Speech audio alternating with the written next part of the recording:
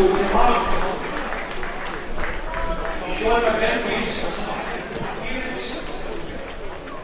got an award for him. He made his 100th game against Inverness.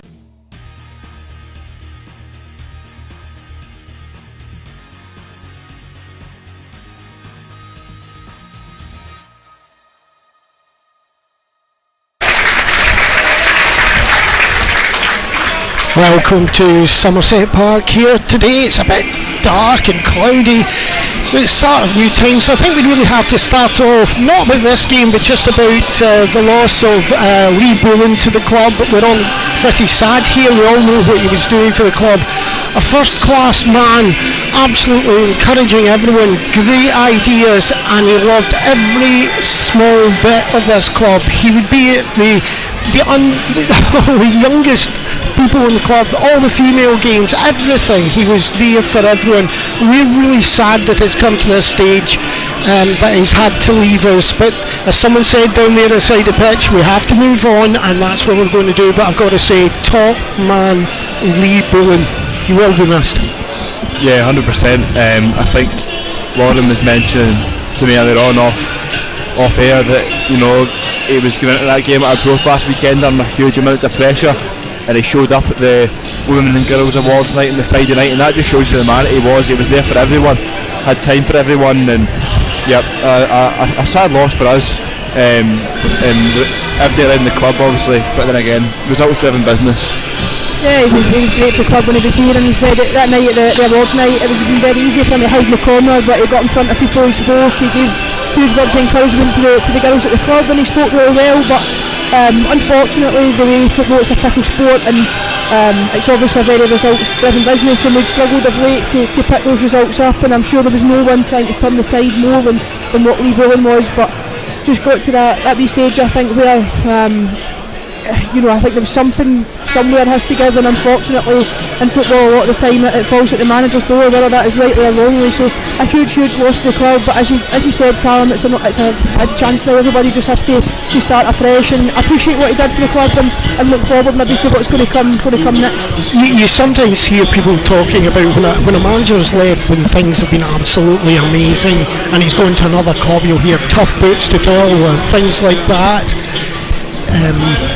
He mentioned stealing that stuff at the moment, just like just stealing it. Multiple team sheets. But anyway, he getting back to that, they say it's big boots to fill when a manager's been successful goes, but I think there's big boots to fill with this one, mainly because of what he did in the background as well. Yeah, results are going to decide it, but his link with the club, seeing the younger players going there, his support for people, and I mean in every bit of the community, really taking on to the challenge of things like South Ayrshire Reeds. He made sure players were going to that. He wanted to be part of this big community, and I know from some of the comments that have come back, he will look for our results every time because he's become very much an honest man.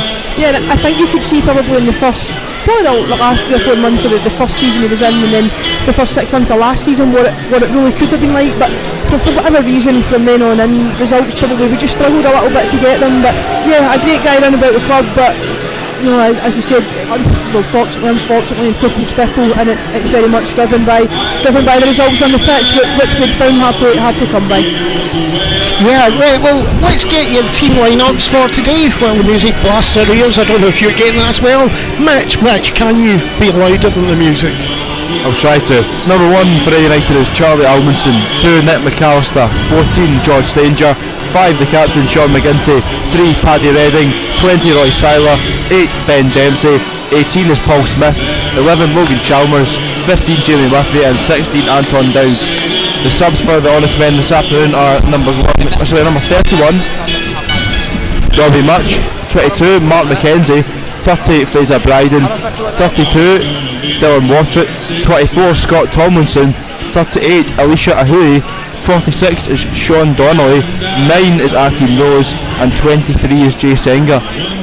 For Kelty this afternoon we've got number 1 Kyle Gourley, 2 Adam Corbett, 3 Brodie Patterson, 5 Jason Thompson, 6 Brad Mackay, 8 the skipper Rhys Lyon, 9 Craig Johnson, 11 Stephen McCluskey, 16 Lewis O'Donnell, 18 Ruben McAllister, 19 Alfie Babbage. Subs are number 10 Ross Cunningham, 14 Botti Biavi, 15 is Lewis Owens, 17 Billy Owens, 20 Liam Campbell the sub goalie, 23 is Lewis Moore, and 24 is Kai Silla.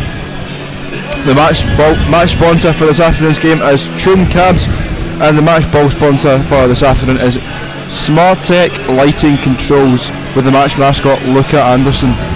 Our match officials today, refereeing is very experienced Colin Stevens, assistant referee number 1, that's on the main stand side here.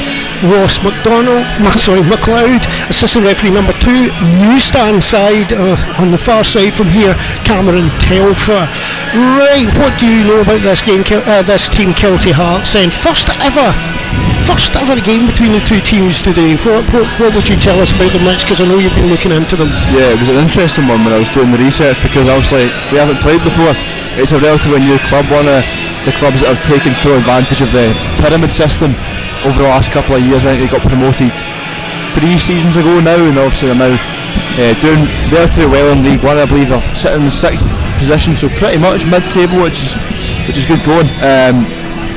In terms of players to look out for, I'd say Reece Lyon in the midfield there next to Garrett Morton. That's a name we really know well. And then while you're dying off there, I'll pass you across. Actually, he's coughing himself, stealing stuff earlier, now coughing away here. I'll pass you across to Lauren, because you were saying earlier there's a good few players on that team. Yeah, there's a good bit of experience in there. I think Brad Mackay was signed yesterday potentially in from Falkirk. Jason Thompson, a name that's been round a bit as well. Reece Lyon, as you mentioned.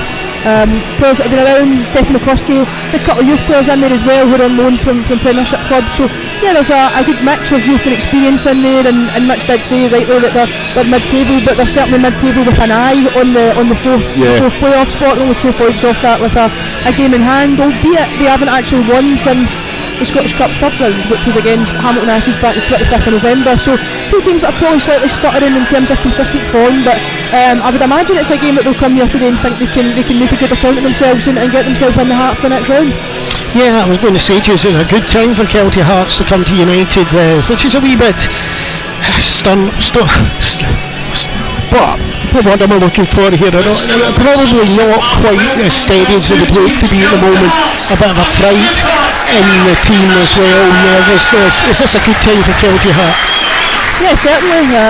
As you look at their form as well, they're coming in off the back of 3 draws, but certainly their sort of mindset in the league at the moment is to look above them, try and push for that 4th spot. Here have obviously sort of started to languish down in that sort of 9th spot. So there's a different mindset in there, but you would think the type of day it is, the game that it's set up to be, they've got to come and look to be the team on the front foot, look to go and impose themselves and give the fans something to get behind again. We have heard a bit of nervousness in here of recent times, so it's important, and we know that their fans will back the players if they have something there that's easy to back, and important that the players get off on the right footing today. Somerset Road End is looking pretty good today. We thought it was going to be empty at one point because very late arrivals here, but it's not too bad. As you say, the fans are still here for United.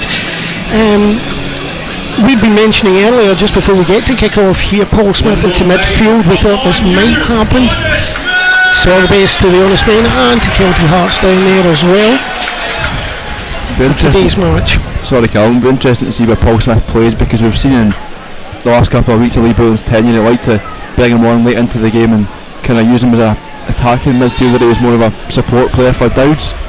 Yeah, he seems further up in attacking midfield position as the game starts off here just now.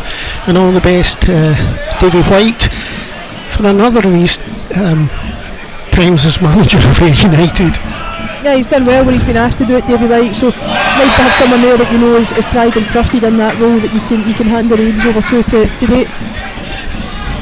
Sean McGinty to take this one.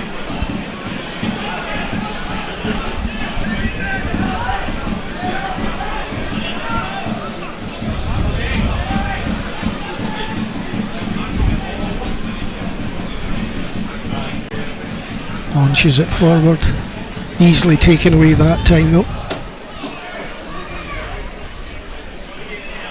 Very strong work there, but Nick McAllister manages to get onto it. Keeps going down that right hand side, draws the ball back but easily blocked. Jason Thompson, I think that was, that blocked that one. I think he thought there that Logan Chalmers had made that wee reverse run inside them. He'd apologised there as soon as it left his foot.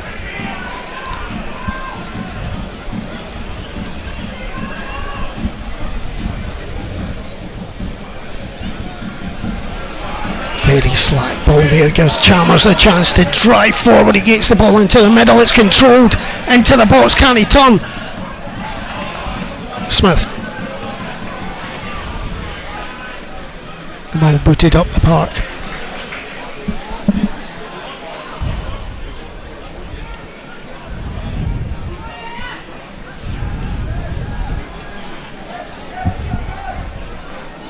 He did really well there, Alfie Bavidge and Steph McCluskey, and first of all Craig Johnson, to hold the ball up there and keep it and get their team 15-20 yards up the pitch, go and get a throw in on that side. It wasn't easy for him. Craig Johnson, who's leading the line for Kelty Hearts, but managed to hold it up and bring players into play, get the throw in. Lewis O'Donnell.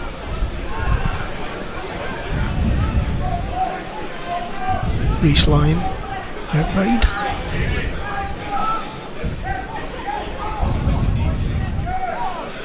Forced to play the ball all the way back there. Reece Lyon, as we say, very effective player. Adam Corbett.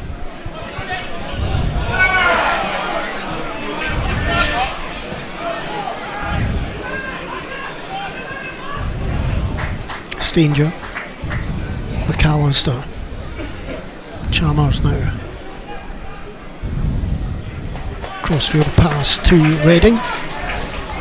Wasn't much available to him ahead.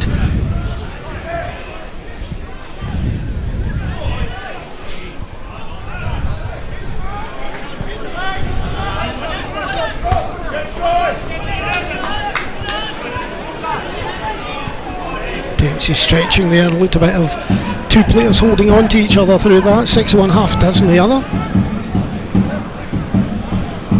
Oh, lovely little turn there. Edge of the penalty area, he's going all the way through. That's a good foot in there by Stanger. Lovely piece of skill.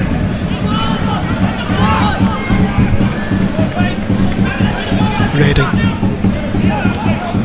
Murphy. I believe we've got a couple of score updates to my right already here. We'll just hold on till the ball goes out of play and then we'll take them on. Stanger. Shown a couple of bright moments already. Alfie Bavidge over on the far side, willing to take Nick McAllister on, go and square him up. I believe he is on loan from Aberdeen, so good experience from out here at Kelty Hearts, and certainly looks positive and as if we'll be a handful for Nick McAllister this afternoon. Ben Dempsey screaming for a pass there. He was there for two attempts at passes, never came to him, and he was in space ahead of the line. I think he's rated pretty highly up there, Lauren. Yeah. Speaking to a few friends up at uni who are Aberdeen fans in there, thinking he's one for the future.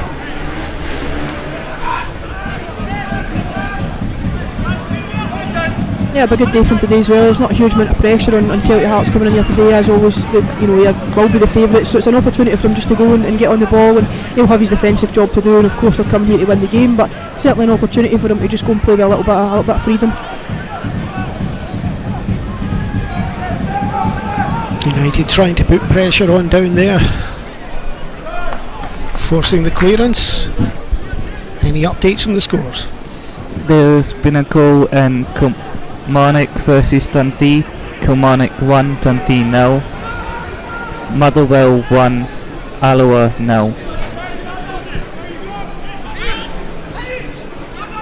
Both teams there getting a good early start.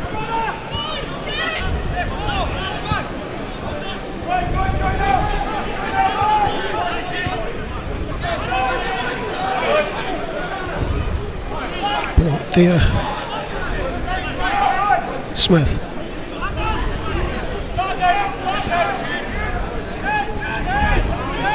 Well marshalled defence from Kelty, working as a unit across and back to squeeze out the United players and limit the chance of getting the ball forward. Not the worst idea that from Logan Chalmers when there's nothing else on, just to go and try and hit in behind.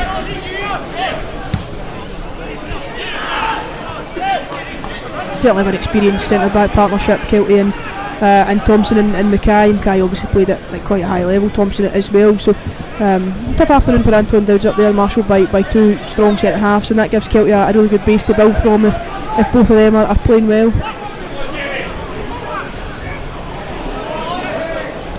Jimmy Murphy trying to play one over the head there, but it was too close to two players there. Roy Seiler there also taking a player down. Free kick. I think no doubts there. Yeah, he just got a bit too tight there to Ruben McAllister, another on-loan player. I think Hibs he's on loan from. So young players are certainly showing good moments, bright moments, willing to get on the ball, and a wee bit of a flare in there to go and try and take it in. Good ball forward, gives a chance in space now. One on the far side as well, but he tries to go for it. That's a good sliding tackle in there and take it, and I believe we've got another score update. Kilmarnock 2, Dundee 0, Bonnie Rose 1, Falkirk 0. I think that's the one that we're a bit surprised about.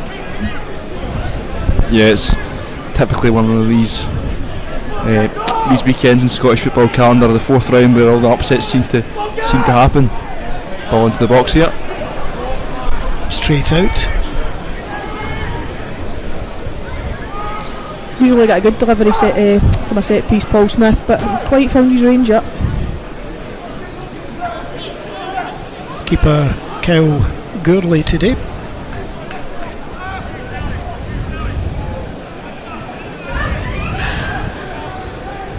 Kelty Hearts playing it out from the back, shows a level of confidence.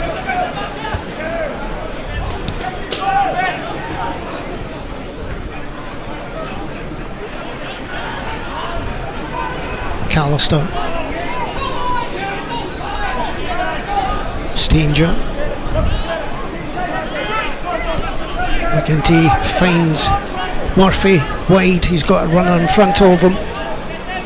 He uses the space created to come through. He gets it through beautifully. A lovely wee throw. Oh, lovely move there from United, but the ball ends up over the top. Delicious little flick back. It was a great move, and it all started from Paddy Redding going and playing that sort of inverted fullback role where it allows Jamie Murphy to get on the ball. But once he got there, he didn't stop. He went and got beyond Kelty's defensive line, which then opened up the gap just for Jamie Murphy to go and play into Ben Dempsey, who clever to find Chalmers, but just couldn't quite direct it on target. But a good move from here.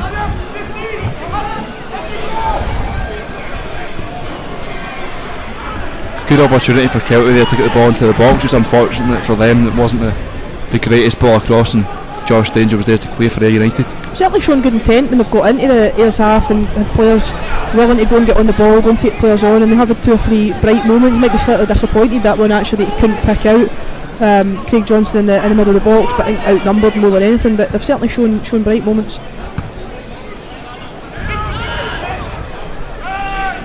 Kelty coming across the halfway line there. That was a pretty poor ball forward. Good control.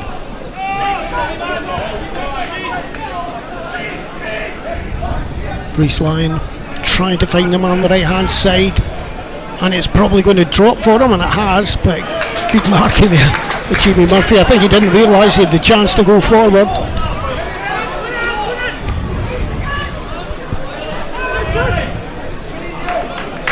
All the way back in defence.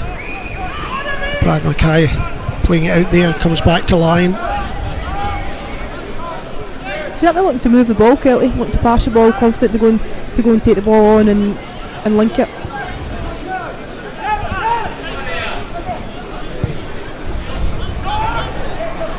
Sean McGinty. What's the shoving going on there? Looks like a shove in the back there. Unbelievable. Colin Stephen, the referee there, didn't see anything in that, but right in front of us it did look a bit dodgy. Yep, got a score update to my right, sorry to take us off again. Livingston 0, Raith Rovers 1. Now for me that's not an unexpected one. I think Raith will be going up there looking to not just win, but I think they've got a real chance of getting a couple of goals there as well. Again, what would look like a shove there in the penalty area.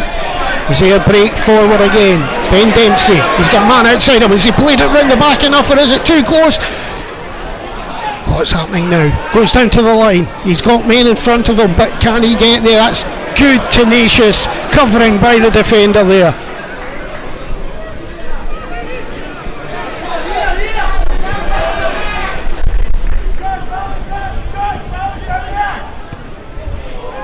Dangerous ball in, but well stopped with the Kelty back line, and that's a dangerous ball over the top. Throw in to Kelty. A great out ball there by Rhys Lyon, just turning Stanger, and as soon as he's facing his own goal and he feels the pressure of Craig Johnson behind him, he's never entirely comfortable there with the ball going over his head, and forced to put it out for a throw in. Don't know if he maybe could have got it back to Albinson, but you're better in that situation, as we learned a couple of weeks ago, to be safe and sorry. Yep, exactly. Throw into United.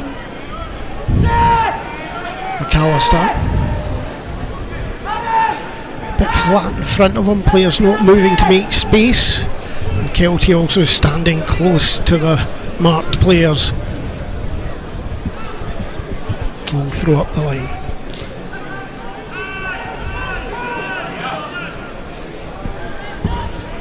Solid tackle went in there. It's a lovely ball by Chalmers over to Paddy Redding on the main stand side. And that just slipped right off the boot. Not quite the same wavelength there, Jamie Murphy and Paddy Redding. Nice to hear Logan Chalmers talking positively again about his time at Ayr and how much he's enjoying being here. He's a player that is terrific to watch, and both times that he's been here seems to have found a little bit of form. Certainly added some goals to his game this time around. A couple of his finishes have been excellent, so nice to hear him talk highly his time at the club. Oh, that was dangerous stuff there.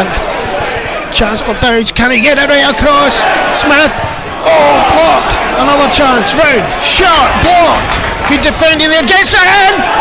Oh my goodness, it just won't go in for United there. Good pressure from Dowds initially. I think, as I spoke about Jason Thompson's experience a lot, he's apologising there, but and again, you don't want to give anything up easily and give any chances easily, and he's just giving it away cheaply there to Anton Dowds, who this time did pick Paul Smith out in the box, maybe just unexpectedly kept his feet up, and maybe thought Dowds was going to go for the goal, but certainly just seemed to stutter a little bit in front of goal there, Paul Smith. And but good to see him getting forward, good to see him getting in the box and supporting Anton Dowds. There's nothing more frustrating than watching a lone striker be a lone striker, so yeah, positive free moment there for Ian. Probably one way or another the ball should have found its way into the back of the net. I believe if Paul was to score today, it would be his first senior goal for United.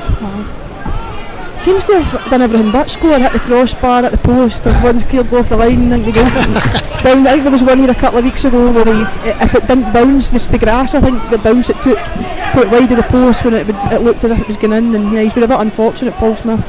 O'Donnell with a wonderful pass across field there, picks out his man.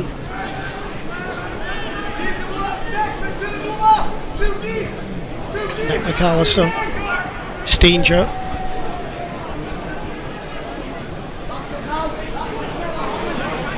Smith again, trying to get through there.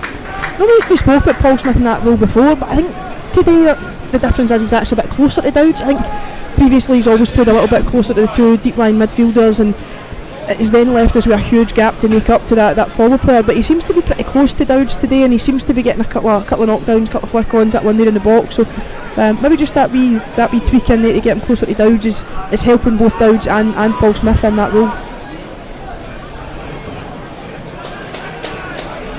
Lovely ball forward. There's quite a pace on that, but Murphy manages to get onto it, gives a chance for Dowds to chase. Back to the keeper. Ooh. Well done there by Gertley as he launches it up the park. Got to say about the Paul Smith thing, we talked about this with Davy White, because he knows him really well through the academy days. We would put him in today, and sure fate, that's what happened. Yeah, not a surprising one at all.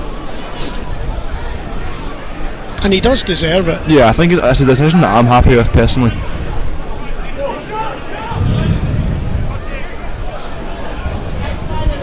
Wasted pass forward there by Kelty Hearts.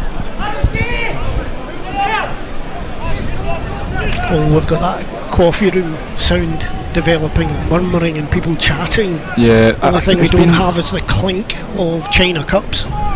It's been the case for, I mean, a number of months now. Even games last season we heard similar, but like we say, it's definitely a much better crowd today, especially behind the goal that we were expecting before the match.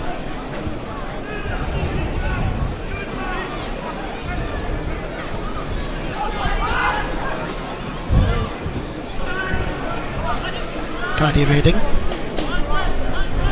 Murphy. He does really well round that outside. Free kick.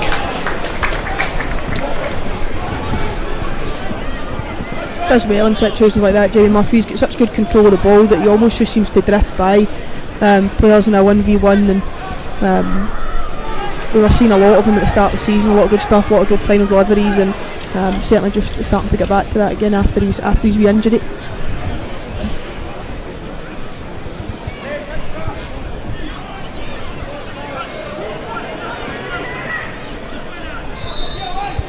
Paul Smith to take this one.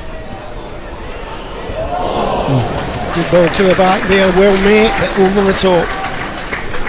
That's twice he's put two set piece deliveries in. Both of them have went high and deep towards the back post. Don't know if that's something they've maybe looked at as an area of weakness at Kelty that they can maybe get after, but that's certainly two very similar deliveries from Paul Smith.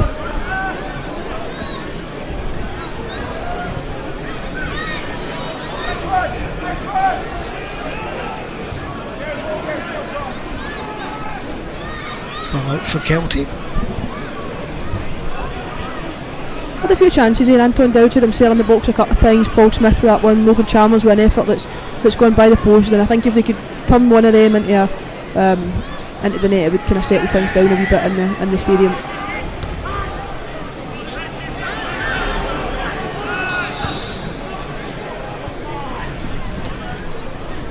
This one goes there. Seems a sore one.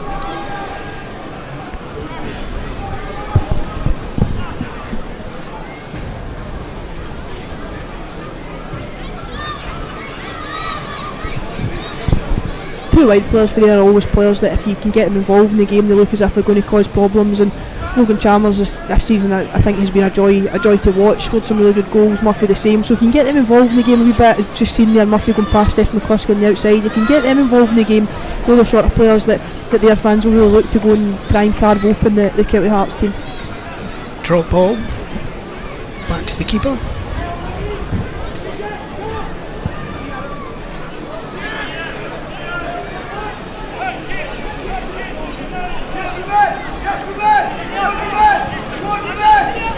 Redding. Lovely little pass inside. Ben Dempsey.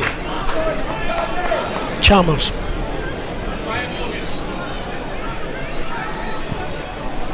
Again, solid defending out there. Chalmers blocked yet again.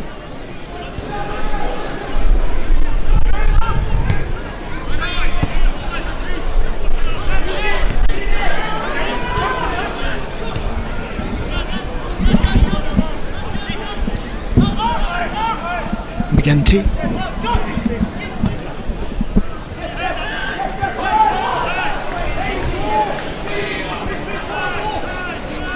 McCluskey powering forward there, gets out to the left hand side.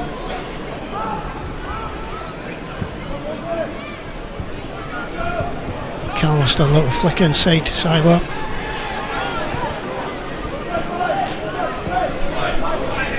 Paddy Redding again. Not much movement in front of him, he has to go back. Ben Dempsey thinking about that long pass over to Logan Chalmers, and it gets to him eventually. Lovely ball inside.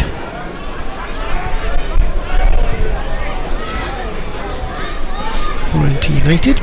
Pass from Logan Chalmers into Nick McAllister was perfectly weighted. It's a great ball into his feet, just ended up with his feet caught together a wee bit. McAllister couldn't quite find him in the box purposely, but good pass out of defence for George Stanger. That's an area that we have seen here struggling recently, as they look to go short originally, but then it's that next pass that we've not quite been able to get out. Paddy Redding. Murphy, lovely little ball in there. And really good leg in there to take that ball away. That was all looked to be offside from here, but it's not been given. I thought he kept himself on just. I thought he checked his run right at the last minute. He came wider rather than making the run straight in behind Sean McGinty.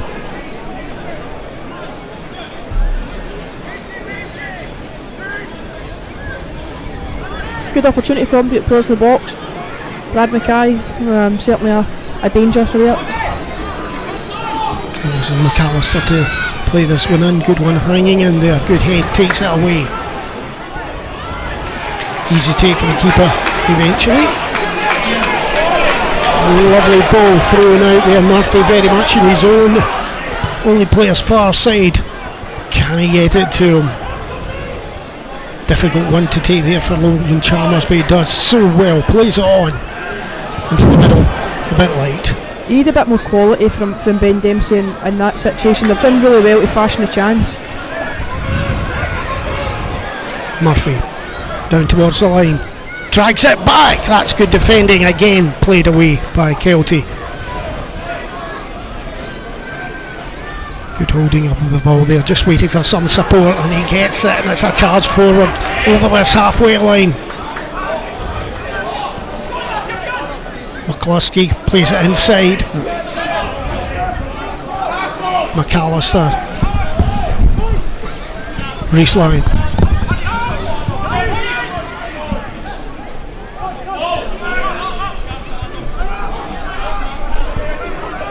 Corbett back to Jason Thompson.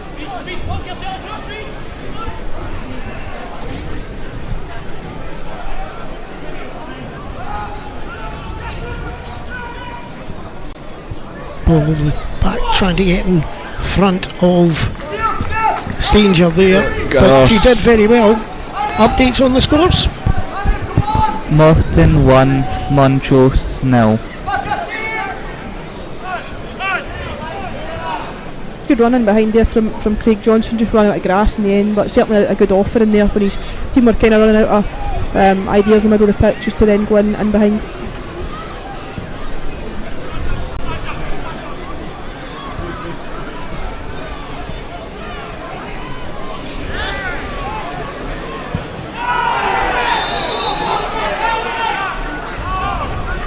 No malice in that from Ben Dempsey, just overstretching for the ball, I think, trying to get there. It was an honest tackle, and I think Rees-Line is going to be okay. Probably the right decision to give the foul, but yeah, I think it's one of them ones. It's always made worse by the shouts of the opposition team, isn't it? I think perhaps a little bit over exaggerated, but then again, I'd agree with you in terms of I probably would have given the foul myself if I was the referee. I don't understand what the need is for the talking to. Both players just seem to get up and get on with it before the referee intervenes, so don't do that again, right, okay. Then it just seems bizarre.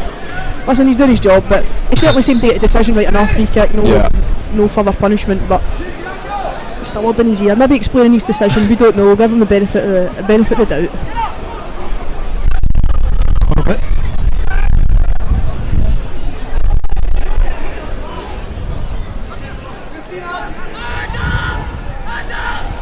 That's a vital leg in there from I think it was Paddy Redding.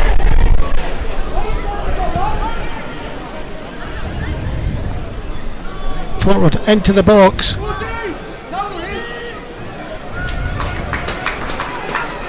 United trying to play it away. Long ball forward.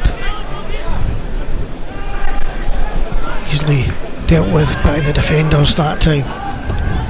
Yeah, Paddy Redding's a man who's seemed to really pick up his form in recent weeks. Obviously, despite Ayers' slide as a team, he's one man that, particularly from yourself, Callum, that you've been a long time admirer of him. Yeah, it was great to manage to get an interview with him for the post-match last week. It was very entertaining, and hearing from him both on the record and off the record about the hard work the team were trying to put in to get through this sticky patch.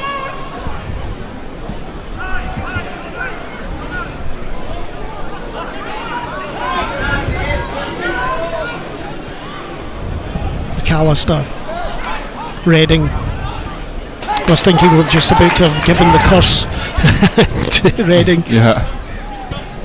Oh, that was a poor pass by him that time. Ball into the centre. I think the referee just turned round and said basically no chance there. Good play there by Smith. Getting it to Ben Dempsey.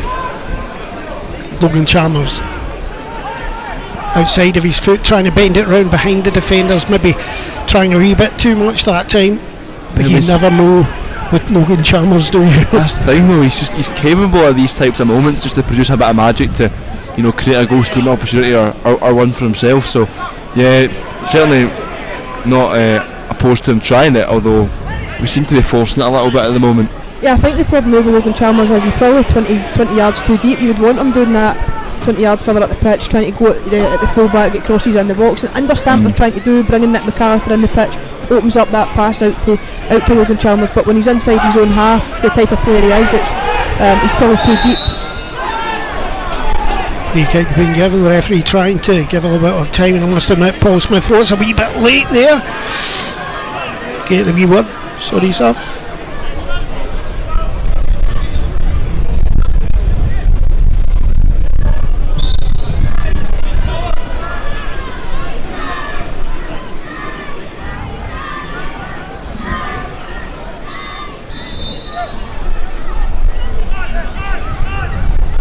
You can certainly see why the young lad on the left hand side, Alfie Babbage, is highly rated up at Aberdeen. The times he has been on the ball, he's certainly been a real bright spot for Kelty, and he doesn't seem to play with any fear, just seems to play with the confidence to go and get on the ball and go and take Nick McAllister on, and the moments that Kelty have created have came through him.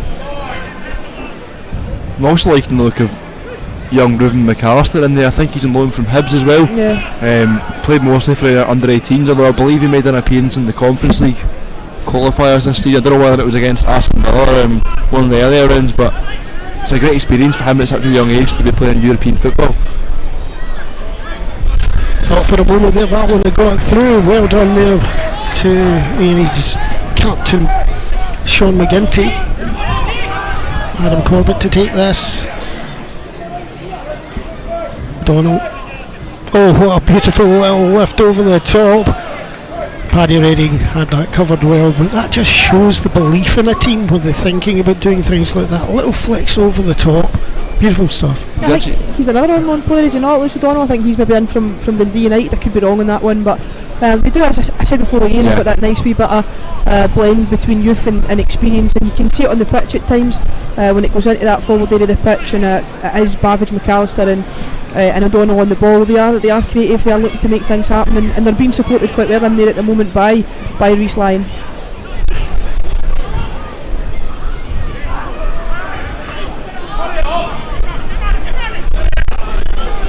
Bit of frustration for the United crowd behind me. That's a lovely ball down the line.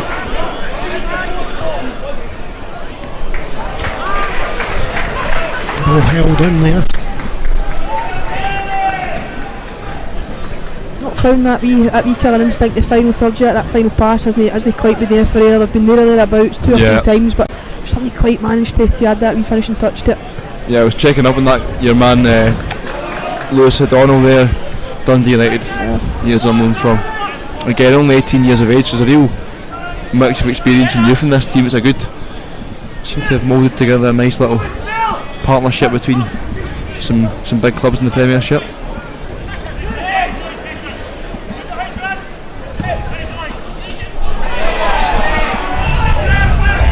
He's letting quite a lot go. Yeah, there's a lot of little pulls and bumps and shoves that are going. I suppose though, in his defence, you don't mind that as long as he's the same for both teams, which I would say at the moment he has been. So you don't necessarily mind that. It keeps the game flowing, and not the worst thing in the world.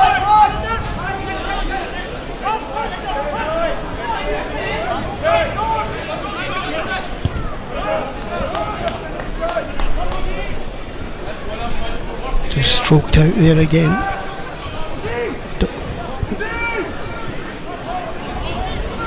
Just no real. It's a great ball, by the way. That's a great ball down the left hand side. I was just about to say lack direct or energetic play from either side there, and then that came with a beautiful ball down the line.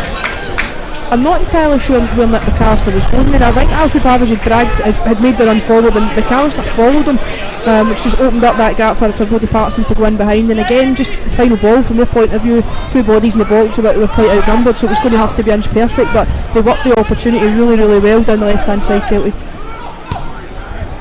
Switching again to the left.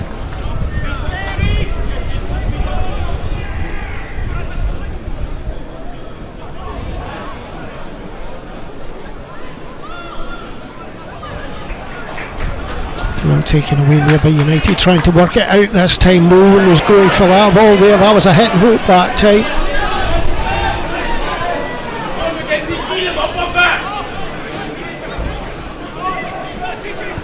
Line forward again.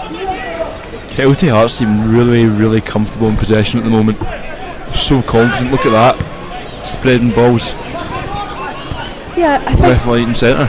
Ayr seem a wee bit quite happy just to go and sit in a shape as well and be quite compact, so they're very comfortable with having the ball in front of them, and eventually there's an opportunity to pick the pass that maybe unlocks here. That's a great pass, cross field.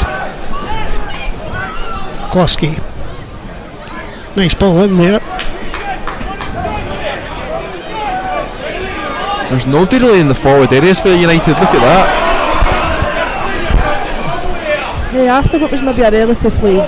That's a lovely ball to edge of the box, ball in, blocked, still maintained by Kelty Hearts.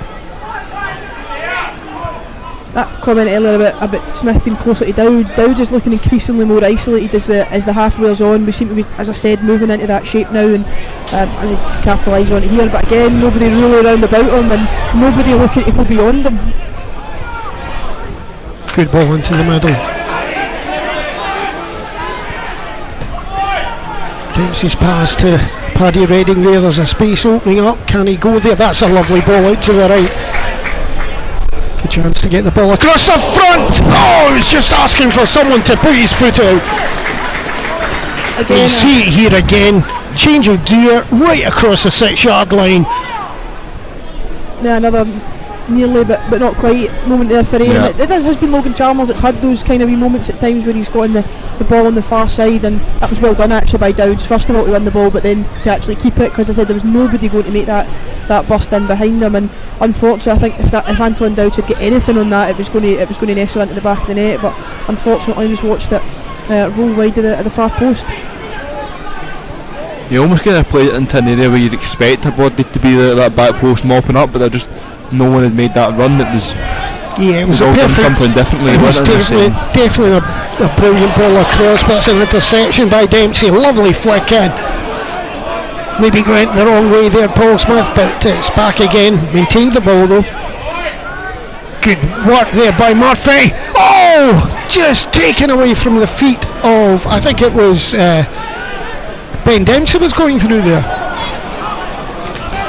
A little bit more from Ayr United, a bit more energy in the last few minutes. Yeah, you almost feel like both in and out of possession they could probably do with just that wee 5-10% extra. It's no easy, because when Kelty don't have the ball, they're dropping into a shape. When Ayr don't have the ball, they're dropping into a shape. But just that wee bit up in the intensity would maybe help them get the breakthrough. And remind you that it has to come to a result tonight. I think it's extra time and penalties, isn't it, if no one manages to break through? Yep. No good old-fashioned replays anymore in the Scottish Cup. I love the replays, I've got to be honest. I'm not going to lie, it was traditional, but I was in favour of just getting it done in the one night. Adds to the excitement. Does it? That's a lovely attempted ball through there. The Stangers had spotted it.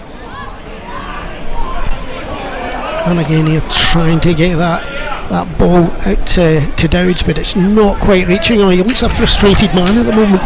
Yeah, I said earlier on that Paul Smith started the game quite close to him, but the longer it's going on, and he seems to just dropping that wee bit further away from him, and he is starting to become a bit of an isolated figure. As Kelty have had quite a lot of the ball in the last 5-10 minutes, and they've used it relatively well over the couple of opportunities where they've got in behind there, and again it's been nearly not quite for Kelty, so I would say they'll be fairly happy with the start to the game they've had as we keep closer and closer to half time. It's 35-ish on the clock, so yeah, they'll be relatively happy with their work so far. Again, this cross-field ball trying to stretch the Ayr back line.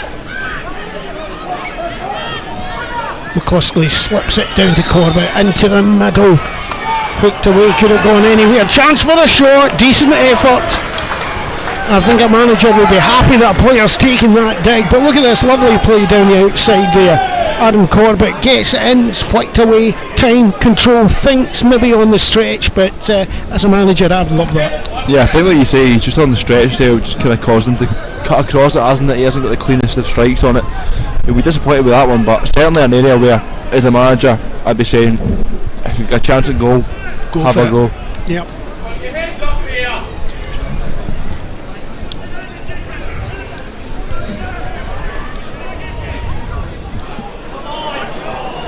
Irfan's getting a wee bit riled there. I think that's a free kick. We chop in at the back of his ankles.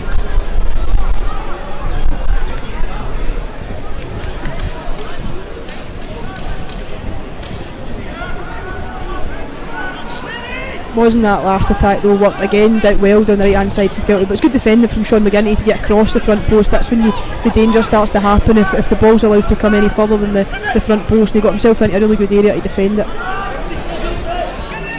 Well intercepted that. Slip there, gave that ball back. That's a great chance now to make space. There's a runner in the middle waiting for it at the back. Just overhit that time, and it comes back in again. Again overhit again from the far side. The final ball still lacking from both sides.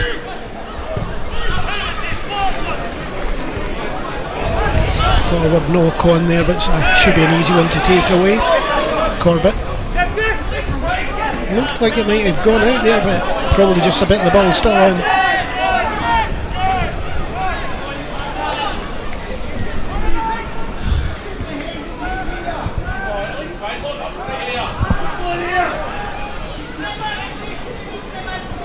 The natives are restless at the moment.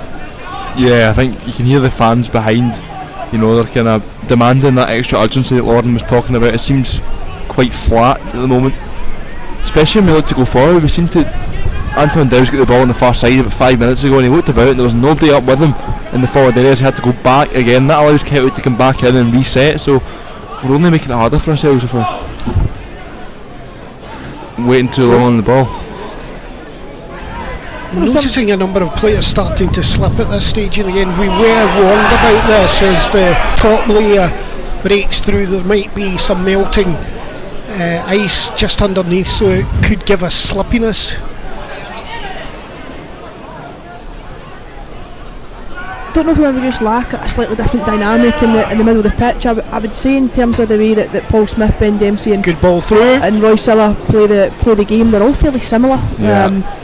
Slightly different with slightly different traits, but I don't think you would say any of them are naturally that number 10 that will go and play behind the striker. I think that you say a different dynamics needed. I think that's one position I personally identified that we need to try and strengthen if we can in this window. A few minutes ago, what you'd said about no one at the back coming up to support the striker. He went front post, ball went back post there. Could we have had a player coming in at the back? I think that would have been good for that long ball across. Yeah, I think we just lack that creative midfielder who'll go and create things moving forward. A Kerr McInroy type, so to speak, where he just unleash a shot from nowhere and contribute more, I think. Yeah, and I don't know if it was maybe just more of a short-term fix for that day, but I thought we looked pretty good when we had Jamie Murphy playing as the 10 and Franny Amarty and Logan Chalmers on either side, because you've got pace, you've got aggression on either side, players that are willing to go and take the ball on.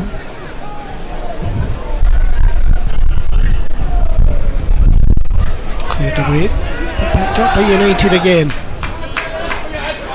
Paddy Redding, curling ball towards the back, wasn't a bad ball at all, gave the defender something to think about there. They knew a man was coming in from behind them, but did very well. United going for the quick one.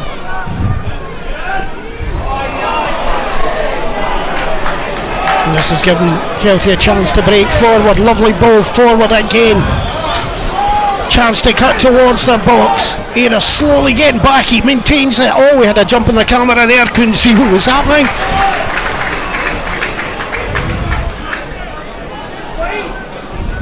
Similar thing to earlier on that I was speaking about. Kelty didn't really have anyone up there supporting Babbage a couple of times. I think when he got by Reading there and the defenders just about reset, he looked up and looked for the ball into the box, but there was nobody that he could realistically get the ball to, so he had to kind of go on his own. It was an uphill battle from then on in. He did well though, he got himself into the box. So the defence you can give him is that they've tried to break for defending their own corner, and they've got it really quickly within 2 passes into Alfie Babbage to then, who's 10 yards outside the box at that point. So McGinty and Stanger actually did really, really well to get back and support Paddy Redding, because he had a lot of ground to cover up. O'Donnell.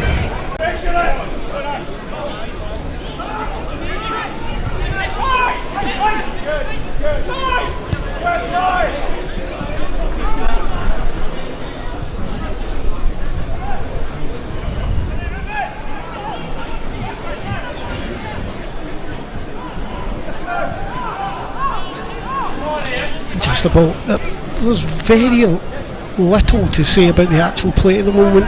Kelty seem to be very comfortable on the ball, just passing it about. They're encouraging Air to come forward to maybe create some space behind, but at the moment it's very flat. Yeah, I think, as you're saying, it's flat. Flat's the right word for it. It's quite slow. It's quite pedestrian. But we are watching a team that's probably void of a little bit of confidence. And it is a little bit safe at the moment. It's all very, when we lose the ball we'll get in, we'll keep the shape, and maybe that's a case of let's get through the first half, let's build a wee bit of confidence and let's go at it second half. But certainly seemed to, after what I thought was a relatively bright first 5-10 minutes of the game, we certainly seem to have settled into a wee bit of a shape, and it is a wee bit safe from here just now. Gurley, another of his long kicks, good nod on there. Nice wee battle going on in the middle of Ayr United's defence. Sean McGinty under pressure quite a lot from the jump-ins, but doing quite well so far against them.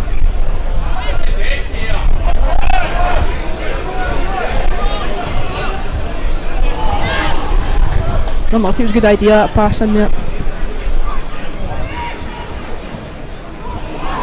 Ayr very slack with their passes, giving the ball away just now, and you can see a growth in the belief of Kelty Hearts. Yeah, I think they've looked very comfortable on the ball. Again, that's another instance though where we're trying to get Logan Chalmers on the ball 10 yards inside his own half, and both him and Jamie Murphy are players that you can get them 15-20 yards outside your opposition box, they're going to cause problems, they're going to get a little bit of joy out of that, but they're so deep when they're getting on the ball at the moment. They've got so much ground to make up before they can get anything meaningful towards goal.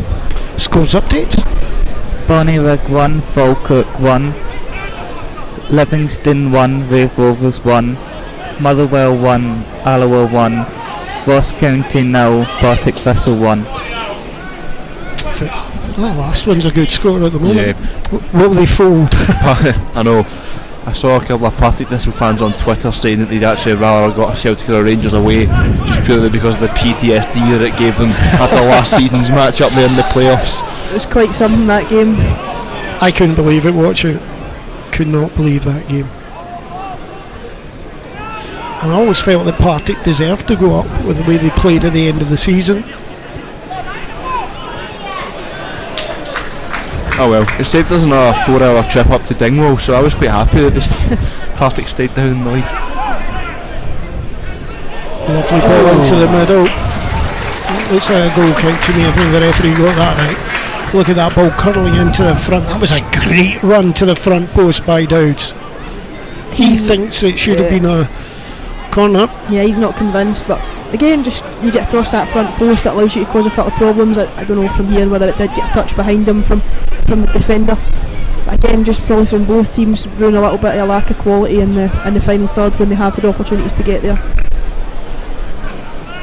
So that's us over the 45-minute mark here, and basically just thinking we need a cup of tea, and there goes the whistle, and then we'll be at half time again. I hope a shootout, but we haven't been told today, so we're thinking there may be a shootout today for you to watch as we're going on. And to the two cameramen, remember what we need, because we would like to see whoever wins it if they do go down to Somerset Road End.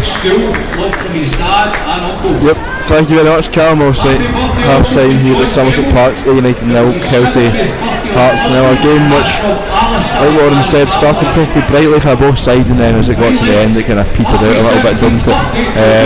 Not many chances for either side. In fact, I can't really remember a clear-cut chance, can you? I think the one that went to Paul Smith and then it kind of bobbled around, and then Anton Dowds could have poked it home from a yard out. I think that's probably been the only sort of real clear-cut chance of the game, and that probably tells a story in itself. Yep, I think, like you say, Paul, having, I believe, not scored a goal for United in that position, is the guy you want onto it when you kind of need a bit of composure.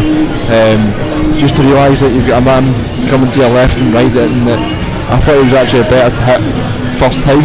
I think as soon as he took that touch, it allowed the Kelty player to get back goal side of him and get the block in, albeit a good block, but then again I think if you're being really critical of Paul, which I don't like being, you should say he probably should strike it first time. Yeah, I think so, and I think we're playing that sort of 4-3-3 or a kind of 4-2-3-1 when it's allowed to develop into that, but I don't think we have a natural 10, if you like, a natural player who can go and play behind the striker and be that link player.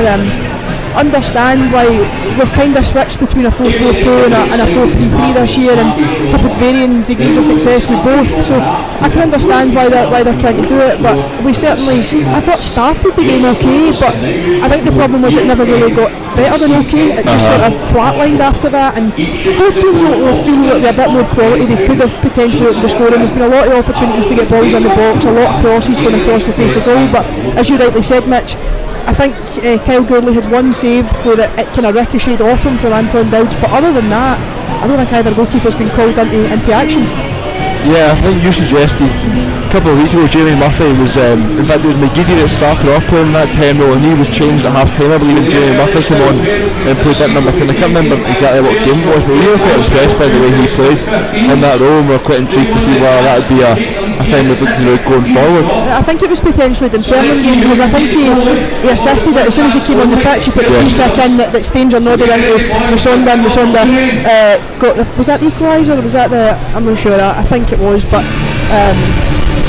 yeah, I think I don't know, we just look as if we're missing something, and I think Callum's used the word flat and it probably describes it quite well. I think Kelty, as the game is going on, have looked very comfortable on the ball, very comfortable in possession, they've moved the ball relatively well, and again they'll probably feel like a bit more quality, they would probably have had a bit more quality, could potentially have got a meaningful shot on goal, but I think that's the tale of the game, is that there's not been a great deal of quality in it.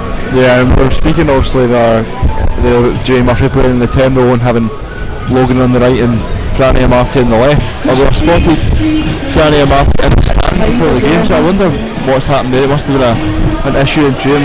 I've not heard anything personally about it, so yeah, and I think he's the sort of player you could be doing with today, somebody that can just go and inject a bit of pace into the game, and I don't know, I use the word safe towards the end of the half, and again I think that's probably something that comes into it, that we started the game and we were actually bodies round it, bodies forward, go and get pressure on the ball, we had bodies in the corner, there was 3 or 4 people going, but as the game went on, we just seemed to be happy with going and sitting in a shape and being a little bit safe in it, so yeah, I don't know, I think it became, right, we'll sit in the shape and we don't get knocked down, and maybe it is to give you a foundation in the second half to say, right, we're going to go and take the game to them now. From a Kelty perspective here, you're going at half time 0-0 and you think it's a great position to be in, 0-0 away from home. They've been fairly comfortable whenever they've had the ball, albeit probably not very effective with it going forward, but they certainly had bright sparks, and like we say, they've been comfortable and they've shown a lot of confidence. Yeah, I know we speak a lot about the youngsters that are in the squad, but I think Reece Lyon has been really, really impressive. He's marshalled the midfield really well, he's brought play up really well. I don't think he's wasted a pass yet. I think every pass he's played has been accurate, it's been to where he's wanted it to go, and he played a great ball into the runner, I think it's Craig Johnston, and he got his team 50-60 yards out of the pitch by just a really good pass into a really good area, and when you can't pick feet, just pick space, and he did that really well, and I think we have spoke a lot about the young players in this group player in the various clubs, and they've done really well as well, but Reece Lyon in the middle of the pitch for me has been excellent for Kelty Hearts. Yeah, I think you mentioned Reece Lyon, McAllister also we spoke about. I believe you just touched on him there. Matthew Damage on the left line. He was some exciting young players, and these guys are probably ones to watch in the next couple of seasons. Can they break through at their parent clubs? And it goes to show, I think, when you look at Kelty, they are pushing for that 4th place in League One. They've shown up well today. I'm surprised watching that they've not won since the 25th of November. I don't know if it is maybe just struggling at the top end of the pitch to go and get themselves goals, but yeah, I think they've got a real good mix of youth and experience. Brad Mackay coming in yesterday's a really good signing for them. He's played at a good level.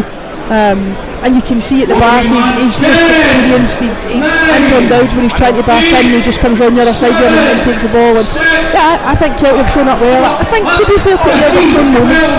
As a team, Ayr should be the favourites today and should have been looking to go and take the game, but they're also a team devoid of any real confidence and a really poor run of form themselves. Yeah, I think you mentioned you'd expect Kelty maybe to be a little bit nervy and sit a little bit more given their lead position, but they certainly look to get on the ball, and I'd be interested to see the possession stats, because I think when Kelty have had the ball they've used it pretty well, but then again, like you say, the form that they're on, the form that United are on, is whenever they get to the final third it seems to lack ideas.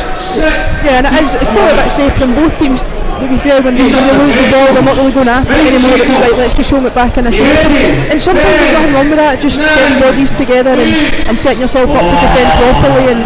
And listen, if you don't concede goals, you're not going to lose the game, as silly as that sounds, but they do certainly have to then produce some in the top end of the pitch as well. Particularly, I think, in United, as the game goes on, pressure will mount on them, because they will then be expected to be slightly fitter, to have a wee bit more legs in them. Listen, it does not always work like that.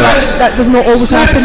But they will grow an expectancy round about that they should then grow into the game the further it goes on. Yeah, let's take a look at the half-time scores elsewhere in the Scottish Cup 4th round as well from Marco, if we can. Airdrie 0, St Johnstone 0, Bonnyrigg Rose 1, Falkirk 1, Fulford 0, Hibs 0, Martin 1, Montrose 0, Inverness 1, Broomhill 0, Kilmarnock 2, Dundee 0, Livingston 1, Wave Rovers 1, Motherwell 1, Alloa 1, Ross County 0, Partick Thistle 2, St Mirren 0, Queen of the South 0. Some interesting scorelines there. It's, like I said in the first half, it seems to be the stage in the competition where you start to see a few more upsets, because it's where the bigger teams come into it at the 4th round. Obviously the Hearts result earlier on, what a goal it was from James Cragen from the corner. It was almost Van Basten yesterday hit it. It was almost like inside of the foot, but had that dip in it and just went in the top corner. But then obviously Hearts come back, and I believe they won it in full 90 minutes, didn't they? So I think it's one of them where it's just about getting over the line. I was speaking to a few Ayr fans before the game, and they were saying they'd take a last minute 1-0 win at this point just to get us on the right track and get us into the next round. And that's the biggest thing, and it's often seen as whatever name comes out in the next round could potentially be the one that brings in another player, or you can then start to predict from games how much money they're going to bring into the club. So yeah, I do think it's important that we get one name in the next round, very much so. I think it's important that we also address the elephant in the room as to who is going to be the next United manager, because with Lee Bullen going at this stage in the season, you can't really bring in our manager and not back him in the transfer market. I heard you were in for the running, Mitch. I heard you were in for the manager. Yeah, I put my name in the hat, but it didn't seem to get taken any further than the initial application, unfortunately. Yeah, and it is an interesting time. I think, listen, we spoke about it as a guy around the club. Lee Bullen was great, but as we said, football's very much driven by results, and results probably haven't been good enough of late. So it is now, there's almost an expectancy to see who's going to be the next one. I've been trying to kind of cast my eye along the stand, but I don't see any familiar faces at the moment. It's a difficult one. When Lee Bullen came into the club, we did take 3 or 4 weeks to appoint him, 3 maybe, I think it might have been. They did take a bit of time, they did a bit of due diligence on that, and they brought Lee Bullen in. I don't think they have 3 weeks this time. I think it has to be like probably ideally for the Queen's Park game. if not already in place by the Airdrie game on Tuesday night. I think there is a bit of pressure to get somebody. It has to be the right person, of course, and there's no point rushing into something if it's the wrong thing, but I think to allow them an opportunity to maybe go and strengthen where they feel they need to strengthen, I think they need to be in by the Queen's Park game. Yeah, I agree with you. In terms of positions that you think we need to strengthen in, you obviously mentioned a player that can play the number 10, the more attacking minded midfield player. Any other positions out there that you think we're lacking in that area? I think I touched on him before the game, but I'm really disappointed to see Jack Young actually head back down south. I thought Jack really grew into a player when he was here. He's got a lot still development to go in his game, and he'll know that himself. But I certainly think Jack's a player that we'll miss. He had a bit of tenacity about him. He was always there or thereabouts where the ball was. He was never too far away. So it will be interesting to see whether we move to replace Jack. I think we probably could do another attacking option further up the pitch, definitely.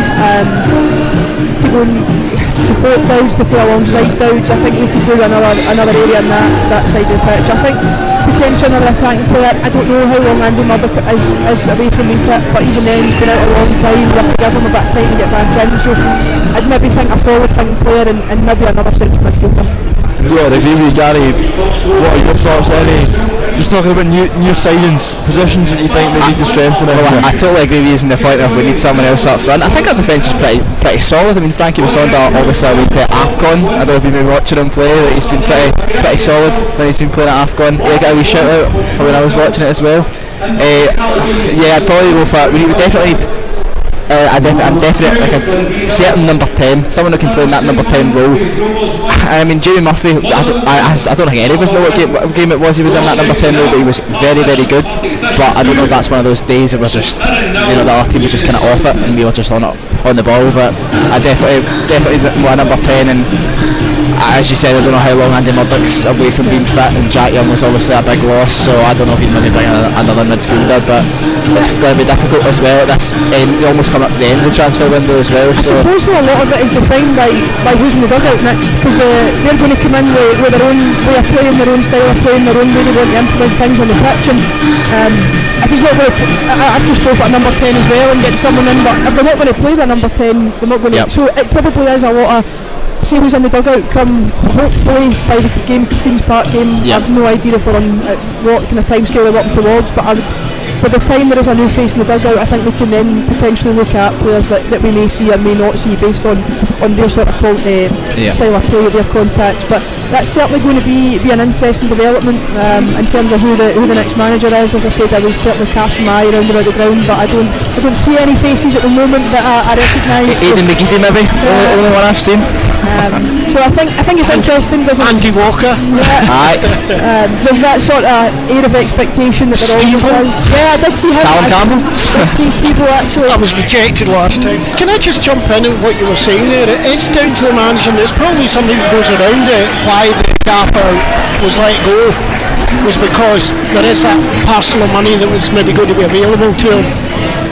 If they're going to bring in a new man 2 weeks on after, they can't give him his choice. He now gets some choice whoever's coming in, and I think you're right, it could be a style change, it could be anything. That new manager will be looking at this squad. You've been absolutely right, Lauren, absolutely right. It will be a different type of style, it might be anything. Yeah, he's got to bring in something. And do you know something, sometimes a fresh set of eyes can get a wee bit more out of the same group of players. So I think whoever comes in make changes, I think he will look to bring players in, but sometimes just a fresh set of eyes and a fresh opinion on things can get a different tune out of players. So yeah, it's a really interesting time. Certainly really interested to see when the announcement or when they come to a decision who that person is going to be, and hopefully it's somebody that we can rally behind and really try and push on this season, because the funny thing about the championship is you're never far away from anywhere. I think the top 2 positions are probably set, but maybe 3 actually, but if you can stick a run of results together, you never know where you're going to end up. Just before I go back, I don't think there's any changes from either teams, with my close eyes down here on the pitch side. I don't think there's any changes at all. Thanks very much for that, and I also think coming back in there, what are you thinking for the second half then, Mitch?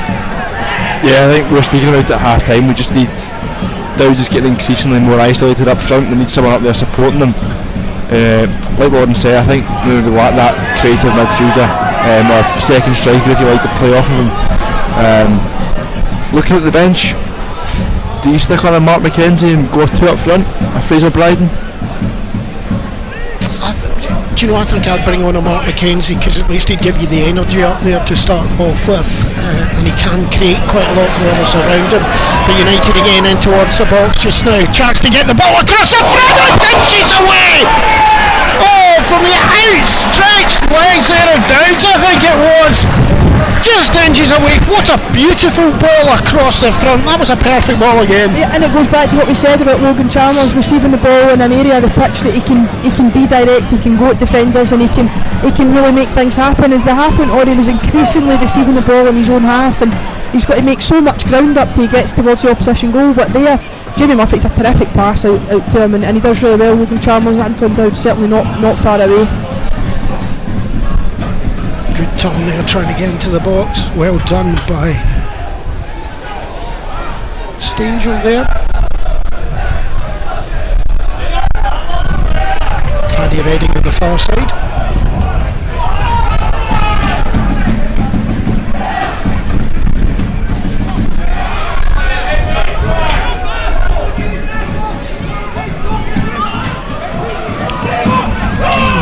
Very matched teams here just now, trying to stop passes.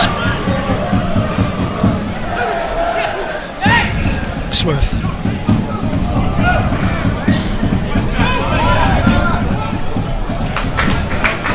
Paddy Redding picked out on that far side by Smith there as he tries to get round the outside, but again, even he hasn't got much support with him. Simon. Chalmers with 3 on him there. Oh, and he still gets it past. He's into the box, but he did pull the jersey there to give himself some more space. That was exciting though. Yeah, it's more positive though. Twice now in the opening couple of minutes of the half that he's got the ball there or thereabouts at the Kelty Hearts box, and he's very much like Alfie Babbage that we've been talking about. He's so confident to go and take players on. He always faces them up, wants to go direct at them, wants to go and beat them, and he's got great feet, Chalmers, and as we said, there's probably added more of an end product this time around here, so yeah, he's certainly a live wire.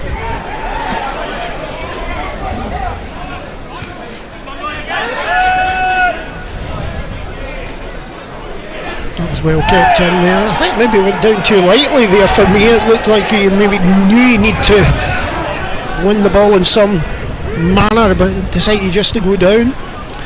Yeah, Colin Stevens seems to be letting those wee niggly ones go. You get referees who maybe tend to give them, but Touchwood so far he's been relatively consistent with the decisions that he's made. Wait till he gets tired. I was trying to put a positive spin on the refereeing performance, Callum, come on. I was just saying, just a natural thing for human beings, getting tired and maybe getting grumpy. Sugar levels go down. Much like yourself, Mitch. I can't argue with that, to be honest. Get it away. I believe we've got our score update to my right here. On you go with it. Oh, wait a minute, here we go. Smith, he's got the man on the outside. Could he slipped it in there earlier there? He could have. Offside anyway. And here we go, let's hear these scores. Ross County 0, Partick Thistle 2. Still time for Ross County to do it again. Yeah, exactly. I'll bet every single Partick Thistle fan is celebrating but terrified. Yeah, exactly. Be in the back of their minds. Yeah.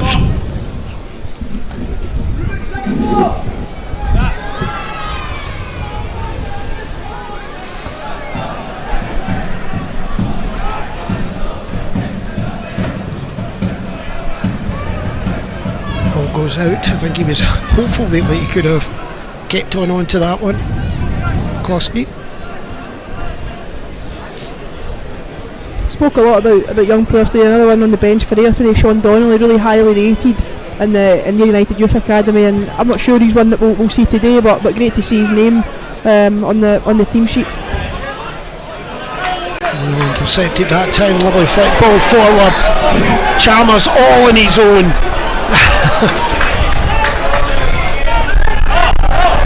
Seiler, free kick given. I think the referee got that one right.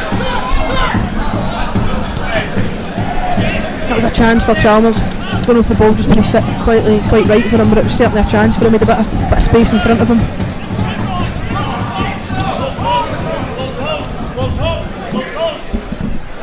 One ball down this left hand side.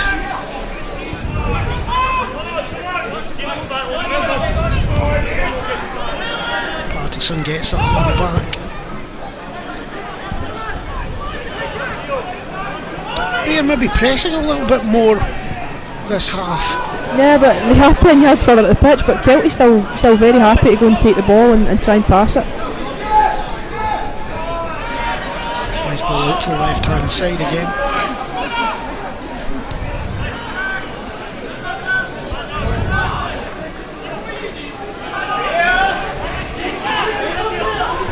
Well done by Ayr. Intricate passing there. Paddy Redding already starting his run from higher up the pitch. But again, just sort of the pace is slowed down, but that's a lovely ball to Nick McAllister. Can he control it? He gets to the outside. Look at that run in the middle by Dowds. Out to outside again. Ball across the front. That's a save. That's a corner. Again, it's down to Logan Chalmers on this one. But has he hurt himself?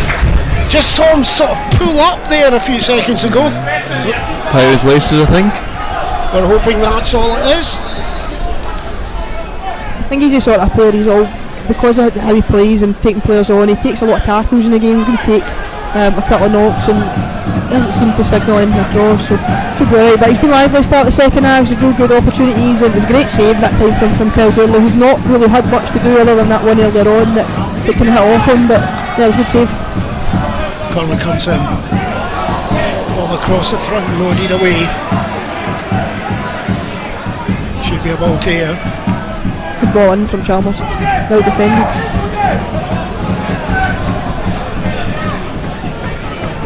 For me, I would like to see players in the box who, I mean, there's only two United players in the box. Chance for a long throw in there. But only two players being left in the box. And not much movement for the throw.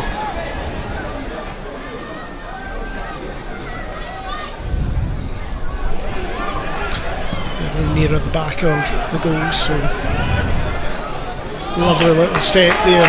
Stanger out to this right hand side for Logan Chalmers. She's only one in the box, not much of a target to go for.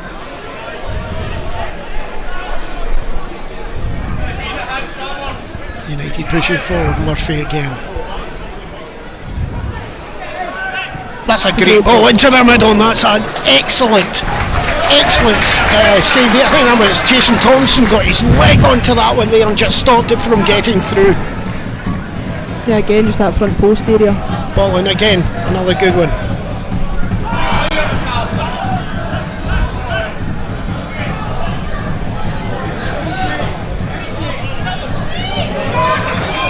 Beautiful play there. What footwork from Logan Chalmers out to the far side.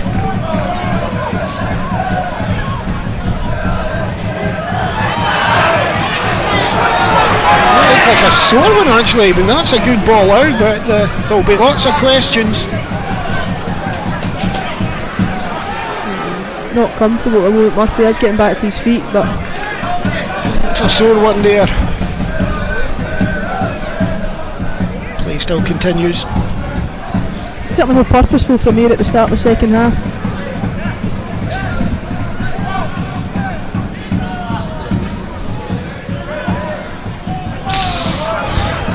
Not a nice ball to give to anyone there. Really good upper body strength from Stanger.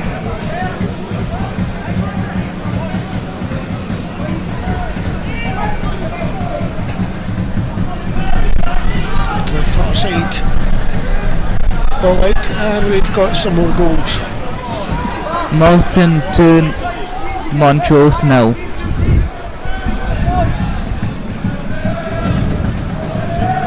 there so far. A game that we would expect Morton to win, I've got to say, but always a tough revisit.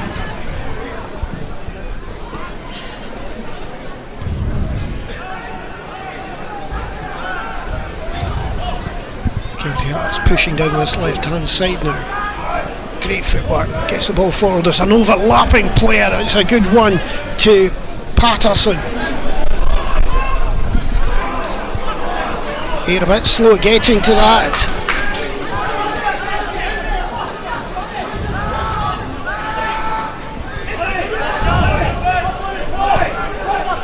And again, that may have been, for me, I think the call for offside there was interesting. Yep. Not sure what the assistant on the far side there, Cameron Telfer, saw that. Still play goes on. Push towards the edge of the box.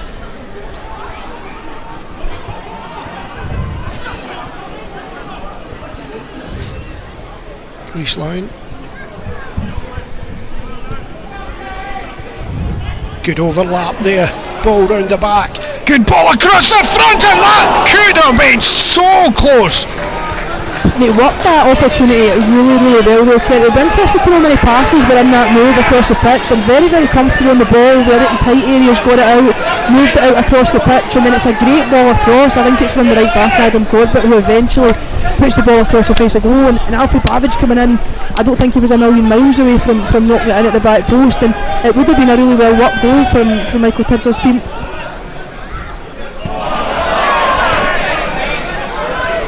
I think Ayr fans were hoping for a free kick there, seemed to be getting clambered over there. I think Anton Dowds expected it.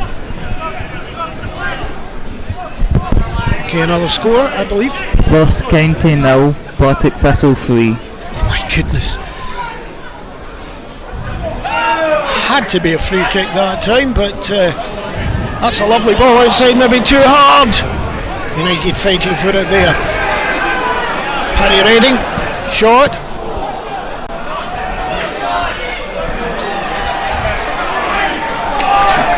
United, Chalmers again tries to flick it inside. Good play by McAllister. Flicked into the middle. Defender gets it. It's up in mid-air. Got to be a fight for it. It drops just in a beautiful position for Kelty Hearts to clear it.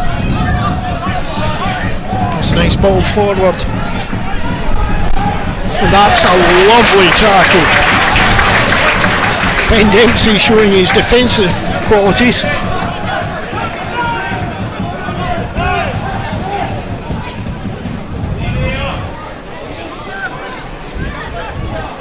Has certainly been more purposeful from a real point of view. If it had more bodies forward, more balls in the box than what they probably did in the first half. But it goes to show, straight up the other end, Kelty are still dangerous, still willing to get on the ball, and will cause problems.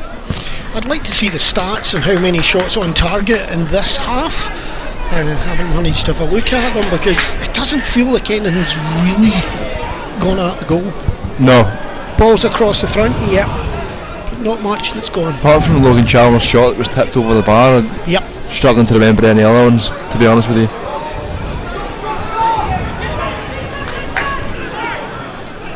Well done by Sean McGinty there.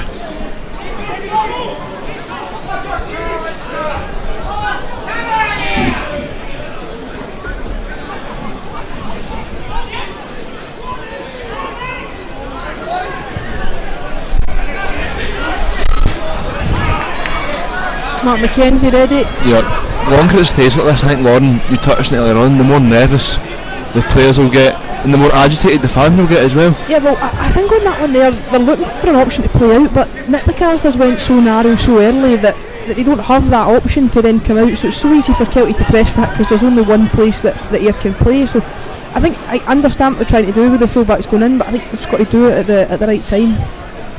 Yeah, I was going to mention myself that I've noticed that Nick McAllister is coming inside Yeah, a lot they more. do it all the time so they can try and open up those passing lanes, if you like, into Chalmers and into Murphy, but if you do it at the wrong time, you just don't have an option to get out.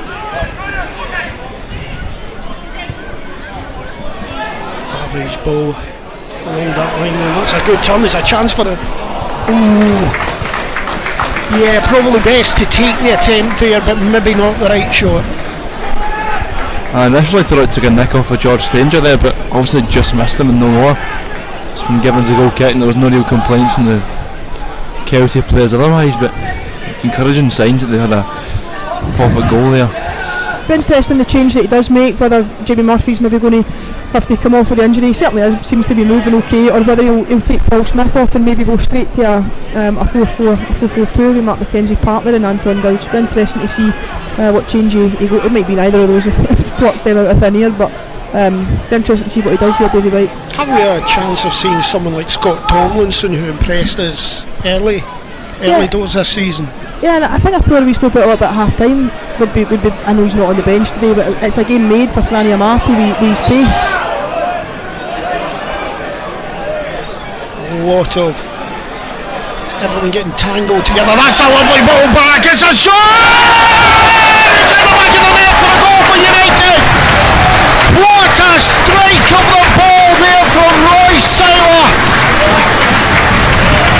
There's a bit of handbags over there, legs getting stuck together. Lovely ball in by Paul Smith, and look at that strike in the ball. 1-0 United. Yeah, and it's not always his game, Roy Seiler, to get forward into those areas, but it is a good hit. And again, the difference from where they got bodies in an area, they won't press the ball. Paul Smith did really well to win it back and poke it to Roy Seiler, who at that point in time, his first out sets him up really nicely, and Kyle Goldie's left rooted to the spot. He can't make the move for it, and I think the overriding emotion in the stadium was probably just relief at that point. You've seen the Ben Shaw all jumping the fans. I'm going to pick out that pass from Paul Smith.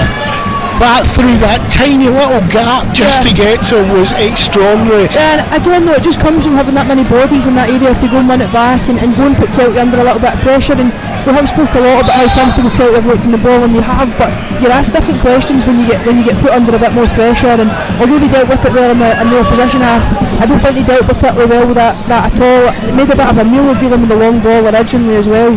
I think joining in with what was said there, and I know Kelty have all the talents to get back into this game, but our tech blokey, Ian Martin's just come up to me and said that's the biggest roar I've heard at Somerset Park for some time. And I think that's a good run to the line just outside the box. That's great play. Oh, here, scramble it away. It's not fully away. Reece Lyon, United.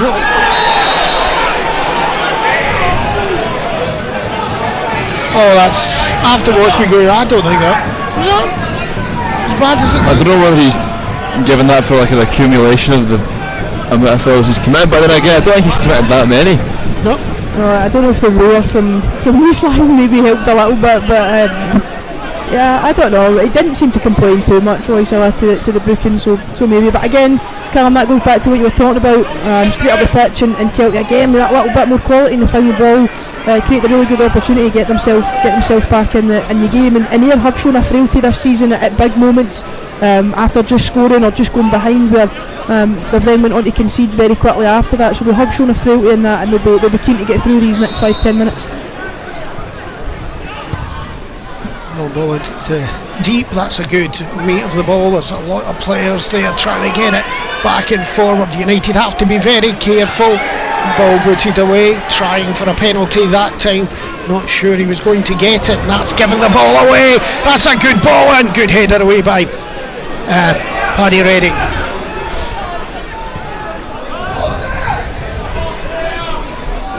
And that must have been a sore one actually. We go back there, I see players limping out there now for Kelty Hearts, and I think it may have been the one that was clipped. Just having a little look. Brad Mackay, I think it is, he's looking sore. United trying to get back onto that ball. That's a nice little knock on. Oh, just about made it into the box. That was heart and mouth time there for United fans. Well defended in the end. Very Stainberg, but I thought it was going to be one of those horrible ones where the attacker just managed to stick his toe in before it made it into the box. That little touch off of Reece Lyon's head changed the whole dynamic of that attack for United. I think he's been excellent for Kelty Hearts in the middle of the pitch, just line, just seems to have a lot of composure and just dictates the play in there. Yeah, he's played really well. Yeah, I've got to say Paul Smith in the last sort of 10 minutes has been really everywhere trying to get tackles in. Just now United down that far side, chance for the ball in. A bit of a cry for, I think, handball there, but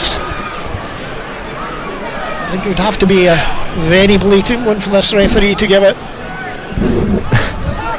Yeah, I agree with you, to be fair. He doesn't seem to be given a lot of those silly little ones that you see referees give sometimes, so yeah, I think it would need to be fairly obvious. Although it was a big roar from the Somerset Road end again. It's nice to see them actually. They're actually very vocal. Ian Martin made a great point earlier on.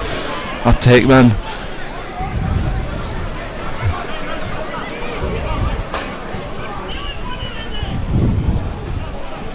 I'm very impressed with Kelty Hearts, and again that's a lovely ball out to this side. Can Logan Chalmers get to it? He just nicks it away out for a throw in to Kelty Hearts, who are quite quick onto the line. Lovely ball into the space.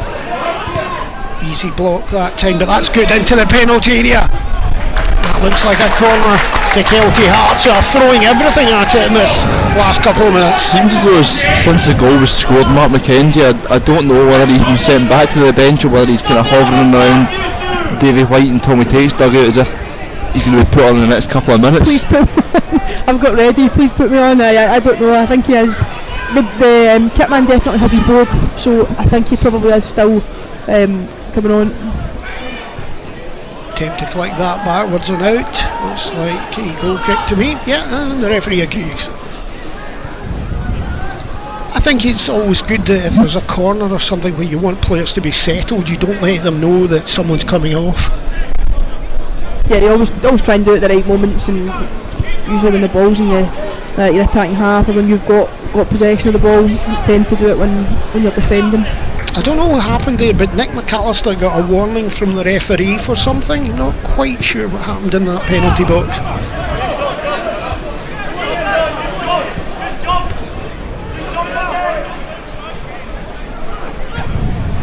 That's a nice ball flicked up there, but well dealt with by Stanger. Oh, look at that jersey being pulled down there!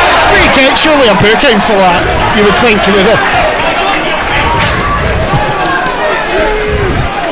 And if you watch this going forward, you'll see the jersey coming out like a sail across his front. There he goes.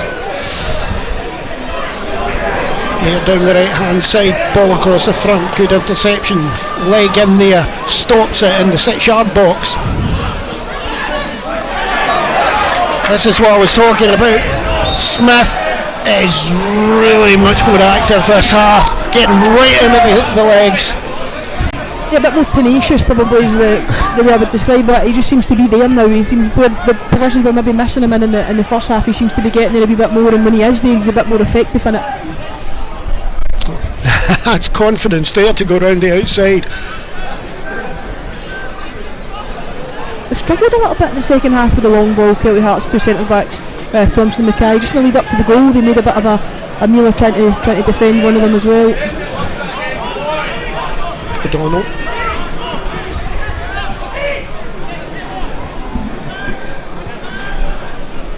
Just saw Akeem Rose there as well, but him and Mark McKenzie both went back to the players' dugout, so I don't know whether they're being... okay, we're going to go out and warm up again.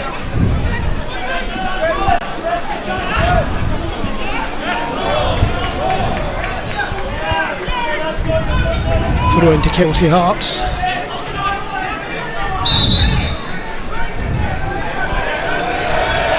And there's Nick McAllister getting booked. There's something that I love Nick's passion, but sometimes he does take it over the edge and gets himself silly bookings at silly times where in a game like this up against a player like Alfie Babbage, you can't really have a right back who can't put the foot in. Yeah.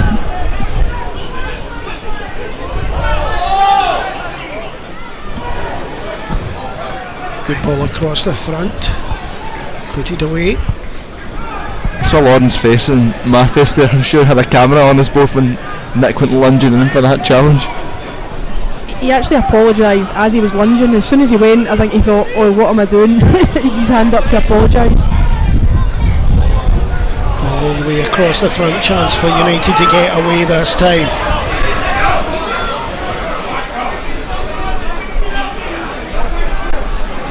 Held well there, forward by United again. Oh, that was a difficult ball for anyone to get onto. Sharp intake of breath there as that was passed across the front.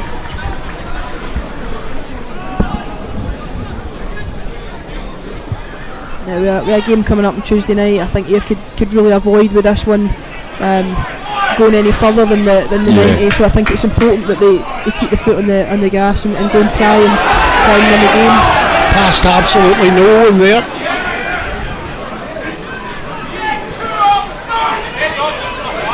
You can hear the voices of real nervousness behind us here in the other end of the stand.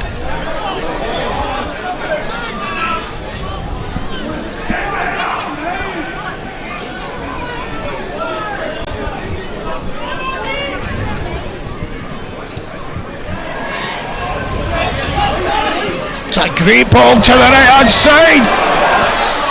Good save by the keeper from Logan Chalmers. Excellent save, great stuff by Kyle Gourley. Look at this ball across, it's superb, it's brought down well, he tries to put it, maybe just doesn't get it as wide as he could have. He didn't quite catch it, did he? His first touch was brilliant, and then he's trying to take it early to try and catch the keeper off guard, but he's not quite got the connection on it. I hope it's one we don't live to do as well, because it was a chance that it probably should have been 2-0. Smith. Nice little ball there, put across too deep.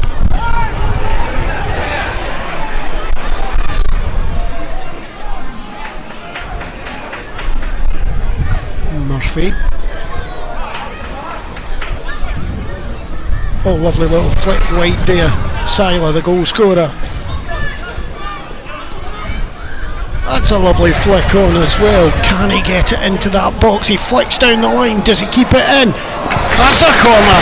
That was just brilliant. I think I could probably start the Logan Chalmers fan club. I just think he's such a good footballer to watch, and sometimes with players like that you have to kind of take the good with the bad. They're going to lose the ball at times, but when they produce things like that and moments like that, they're great to watch, and certainly one that when he gets the ball that allows the fans to kind of perk up a wee bit and look forward to what he's going to do. There's been a goal in the Airdrie game. Ball into the middle here. It's a chance for that one, and it comes out. We'll come back to you again. Airdrie 1, St Johnstone 0. Motherwell 2, Alloa 1. Chance for the breakaway there. Sila has to get onto this, you would think. That's a superb tracking back tackle. He did really well, because at one point he was stretching back. He did well to get there in the end.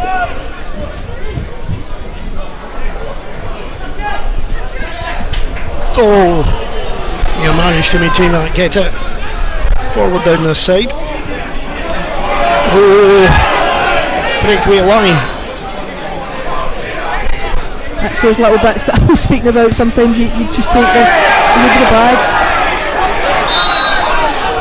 Free kick to United. That was a late one in there, and a booking. He's not happy with himself. That's Lewis O'Donnell. Looks like a sore one, but again we know Paul Smith. He bounces. There's a song in that. So it's been exciting the last little while. Moves either side, substitutions coming on for United just now. Jamie Murphy. I think Jamie has had a good game. He's had a lot on him. Substitutes for both sides, in fact. True for there. Paul Smith coming off as well. Hakeem Rose. And this is the name we wanted to say, Biabi. is coming on. Is Craig Johnson coming off? Yep, Craig Johnson off. Number 9 there for Kelty Hearts. And Biabi on. People have told me to watch out for Biabi. It looks like a straight switch there from Kelty up front, maybe just a case of fresh legs. Here it looks like Akeem Rose is going to go and play out wide in place of Jamie Murphy, and Mackenzie at the moment looks as if he's playing a 2 with Anton Dowd, but we'll see if that changes any when the free kick's been taken. Long ball into the penalty area, good solid header away. Biabi's first touch there, gets to that ball well. Good movement up front again from Kelty Hearts. Lovely ball into the middle. Good play through that space, and that's an excellent tackle there by United's captain, Sean McGinty. Yeah, Kelty get a little bit fortunate there. It was almost like a 50-50 challenge, and they got the break of the ball nicely. It looked as if it was right into the path of Biabi, but McGinty quick to react to the situation. He's trying to work this ball away, looking for a change of play. Rose a chance to put pressure on.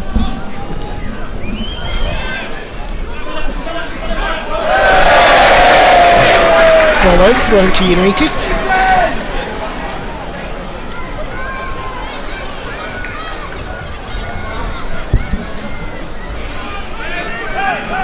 How do you think the addition of these two players will affect Ayer's forward movement? Yeah, I'm surprised to see Akeem Rose go in the wing. It's a position we've never really saw him play for the United, albeit he hasn't had that much game time. Scored a couple of goals at the end of the season. Goes outside. Good chance for a strike. Good tackle in to stop him.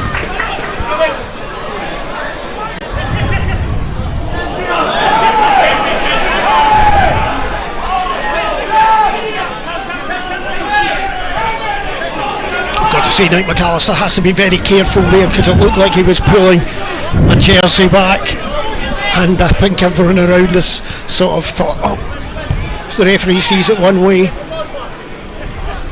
that's just the boost that Kelty Hearts might have needed.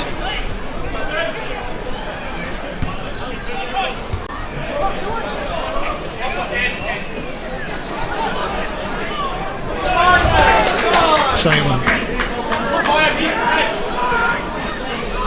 See the players coming back to mark there. That's a lovely ball across, and again a very good defensive header away.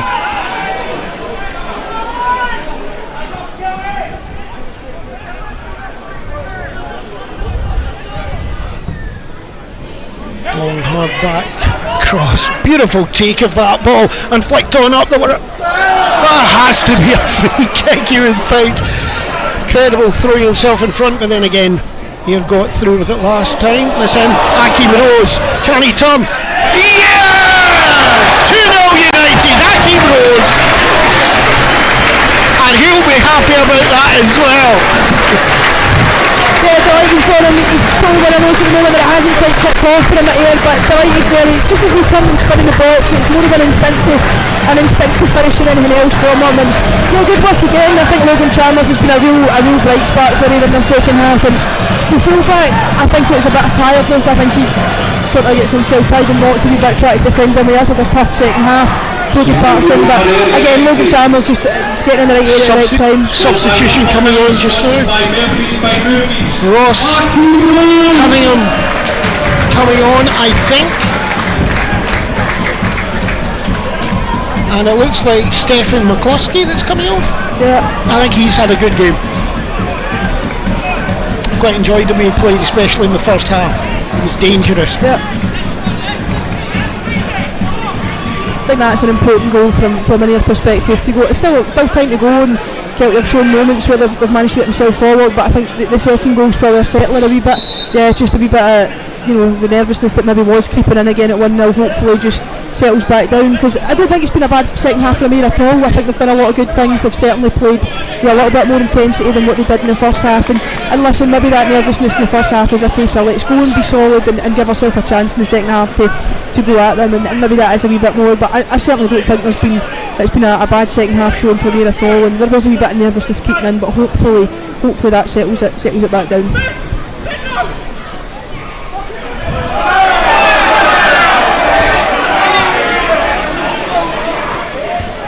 I didn't give him any credit in the lead up to go, but Mark McKenzie did well as well with the one where he ran in behind and he just puts the ball into an area and there's enough bodies in there to force something, which...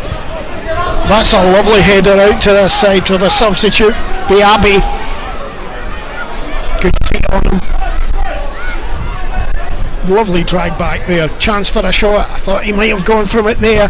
Long ball to the back and it's just out. I thought he had a chance on his right foot there. I think a chance on his right and then on his left when he went both ways, but the bodies in the box trying to find something, but he just went back to your earlier point, Callum, but maybe not enough bodies in the box, and the difference was that time we had three and four bodies in the box, so that when Mark McKenzie did put it into that area, when it didn't quite happen in the first contact, Akeem Rose was there to go and it's a great finish. It's a really good finish because his back's to goal originally and it's instinctive, so delighted for him to got his name in the score sheet because it hasn't quite happened for him, and we missed a couple up at Arbroath last week, so great to see him get his name in the score sheet.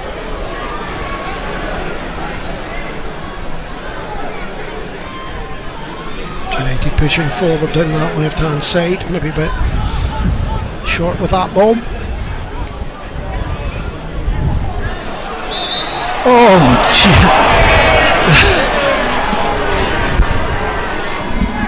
I think from the average of what we've been having of bumping into each other and whatever, that's a change of heart of the way the game plays. Anyway, I think we may have a scores update. Inverness 3, Hill 0.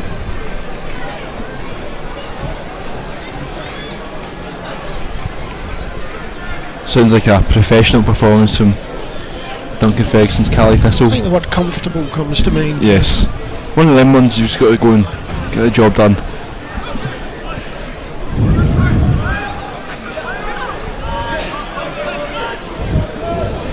Took a real chance there, Brad Mackay.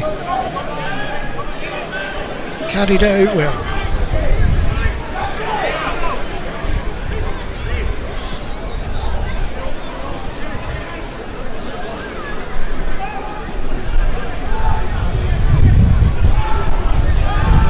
Man of the match sponsored by Troop Cabs is Roy Seiler.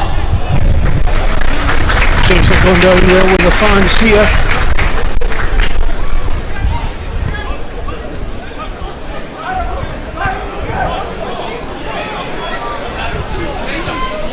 Attempt to get that ball along, just, it had to be either off the ground and over the top of the head of the man or hard on down the wing there.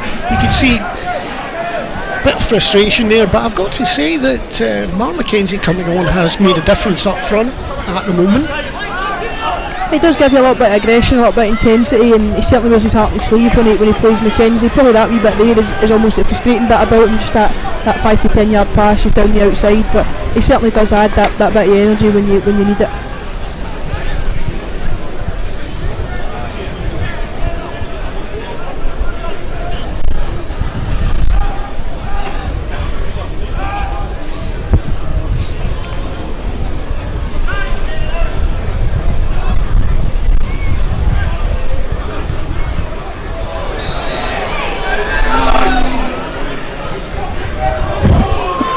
I don't know if there's much the referee could have done about that, get a couple of shouts to get out the way, but I think it just whacked him one. I don't feel bad about it anyway. Yeah, what's he meant to do? Jump 20 feet in the sky?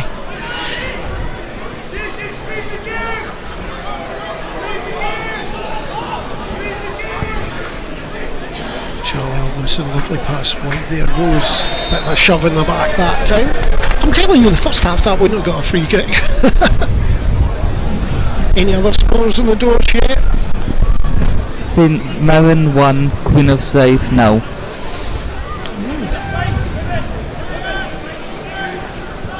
Too much time on the PlayStations. That's what I say about that one.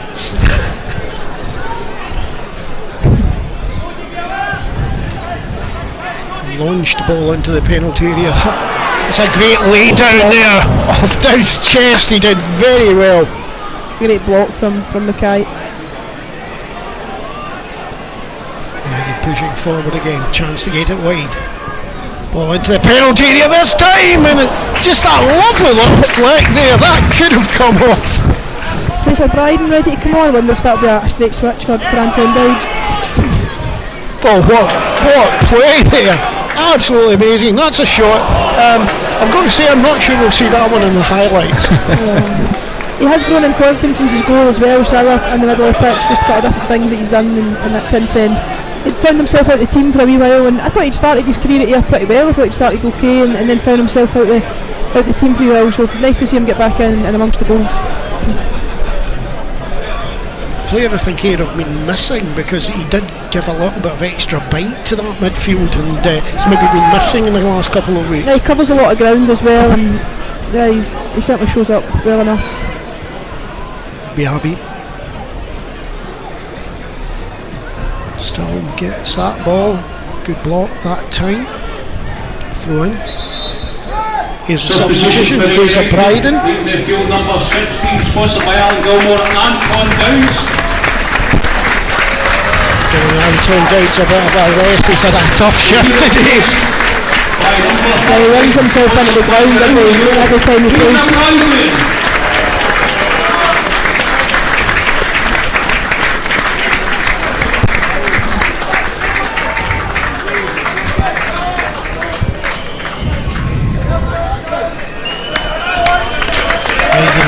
He's really appreciated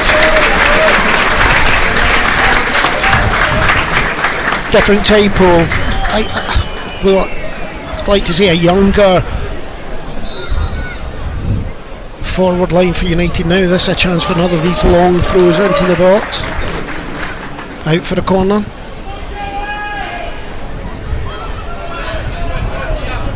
Sean McGinty just flicking that one out, but again, anything could happen. A goal at this time, only 3 minutes of usual time, is going to make the last little bit really scary.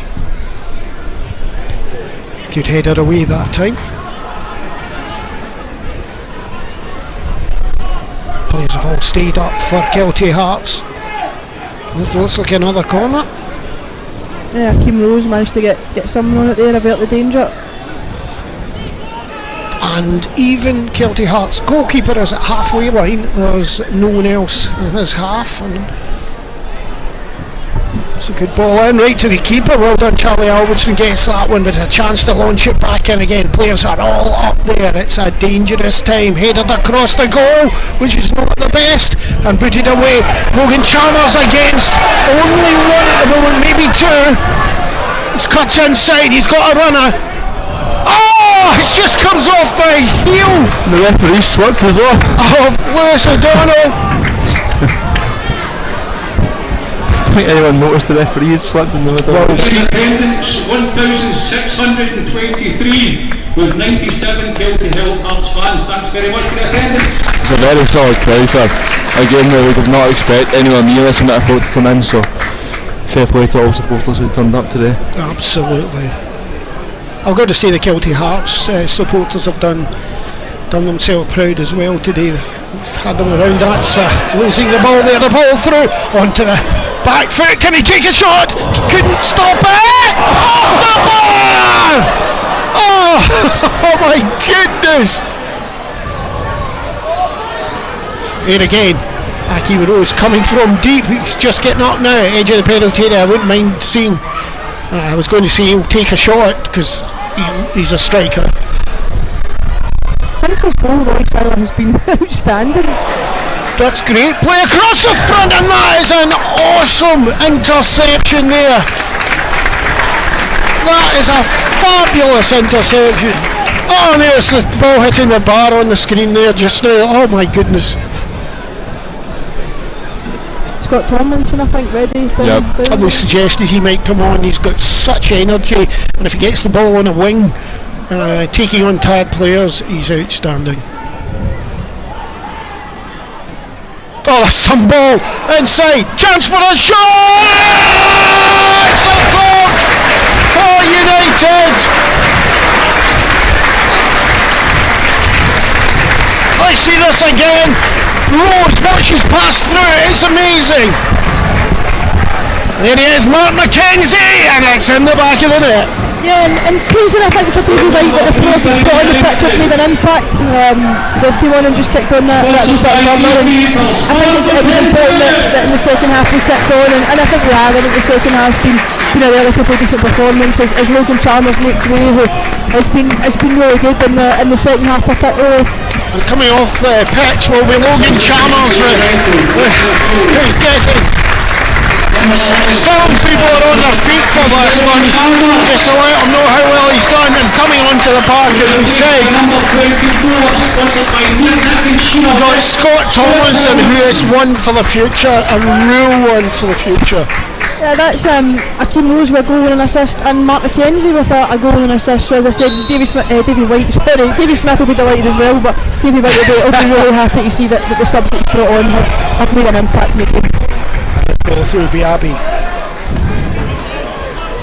Lovely foot play there. Forward. Oh, nearly got it through.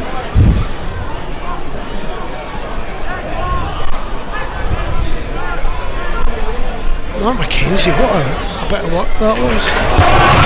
Akeem Rose going straight down. He's got Tomlinson outside. Oh, he plays it through. Jim can head it first. Oh, just past the post.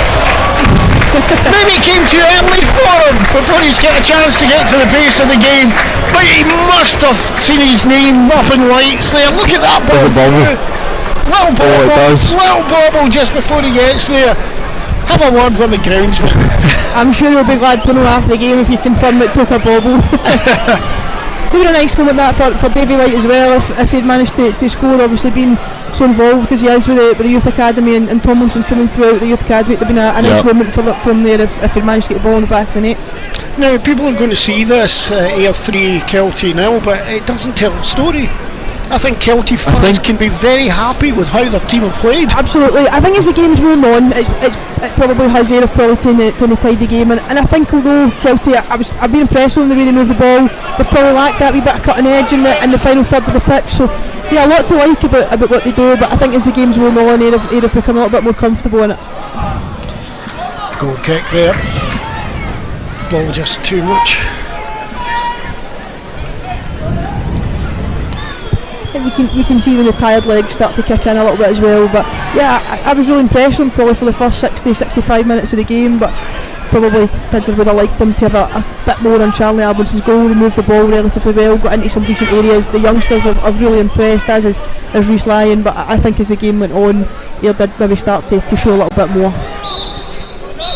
And there it is, it finishes here, AR3, Kelty Hearts 0, and I've got to say Davy White has his record maintained for United in his manager times. Entertaining, fun game here, and not one that was an easy win for United. I think I have to agree totally with Lawrence summing up there. As the game went on, United seemed to have the legs. Yeah, I think so. Yeah, as the game went on, we did start to show a little bit more, and I was really impressed with Kelty, particularly the first half, the way they moved the ball, and even at times in the second half when they were under pressure, they moved the ball well. But I think probably in the end, an air win is probably about the right result, and nice to see it, especially after the first goal went in. There was a little bit more momentum, a little bit more confidence. And as that wore on, once the second goal went in again, that lifted again, and it'll be nice for the players for the first time in a long time to be able to go over to the fans and after a win take a bit of applause. And the United team have been led by their captain Sean McGinty down to the Somerset Road end, which is emptying, but they're going there to appreciate that support that was given. Got to say, Logan Chalmers for me was outstanding today, but I think to give it to Roy Siley is absolutely perfect as well, and the way he took to it. When it was announced, he actually got better. He did well after his goal, and as I said, Davy White will be delighted that the two of the players that he brought on made an impact. Yeah, and it's nice actually to see him bringing on some of those young players at the end just to give them their legs in a win. But Mark McKenzie as well, I mean, we were calling for him coming in. We thought there should be a change, but what an absolute effort he put in that last little bit. Yeah, you can never doubt him with that, and it was funny. I don't know if you caught it a couple of minutes ago. Tomlinson and Davy White having a laugh together. I think probably about the one that he blazed over the Somerset Road. We'll add in the bobble in the. Yeah, but I think that was needed today, big time. I think for Ayr, and those players will have needed that, and I think the fact that it probably finished them in a comfortable style is important for them as well. And listen, today was an important game because what comes in the next round can be a bit of a money spinner, but whoever is in the dugout, whether it's still Davy White or whether it is a new manager, has a huge week coming up with Arbroath on Tuesday and Queen's Park next Saturday. Yeah, and if I was David White, by the way, would you want this job this time? Because he's been off, he's been there before. His normal answer, to be honest, is I've got a great job already, why should I? I don't think he's that keen on it, to be honest. I think he'd rather stay in his academy role because he does so much for the club, especially in the youth setup. Let's check what the scores are. Let's go through the scores, please, what we've got so far. You can let us know if they're finished or what it is. Kelty 1, St Johnstone 0, Bonnyrigg Rose 2, Falkirk 1, Fulford 0, Hibs 1, Morton 2, Montrose 0, Inverness 4, Broomhill 0, Kilmarnock 2, Dundee 0, Livingston 2, Wave Rovers 1, Motherwell 3, Alloa 1, Ross County 0, Partick Thistle 3, St Mirren 1, Queen of South 0. Well, a few of them still to finish. Yeah, 3 of them to finish, the rest all done. Okay. Well, I hope you've enjoyed yourself here today for the Scottish Cup. It's been good as an United fan, but I've got to say, Kelty, your fans were brilliant down here, and I've got to say that in the first half you more than matched United, and you were such a slick side. I can't see you being down that part in the league. You know, I mean, get any lower, but I'm looking now at that guy beside me, Mitch, who looks a bit happy. I'm just happy to go back with. Well, I know it's against a lower league opposition, but it's nice to get 3 goals and nice for the defence as well to get a clean sheet, because that's really what's been struggling. Both boxes have been poor this season, so it's nice to see us get 3 goals and a clean sheet up the road. Well, we've got another visitor coming up on Tuesday night, and we'll be back on live streaming again for the rest of the world. And we see Arbroath coming back down so soon after that 0-0 draw up there at Arbroath. And I've got to say, I still don't know how it was a 0-0 draw with the amount of shots Ayr had and on target and so many opportunities. Hopefully we'll turn it on Tuesday. Thanks for listening, and everyone.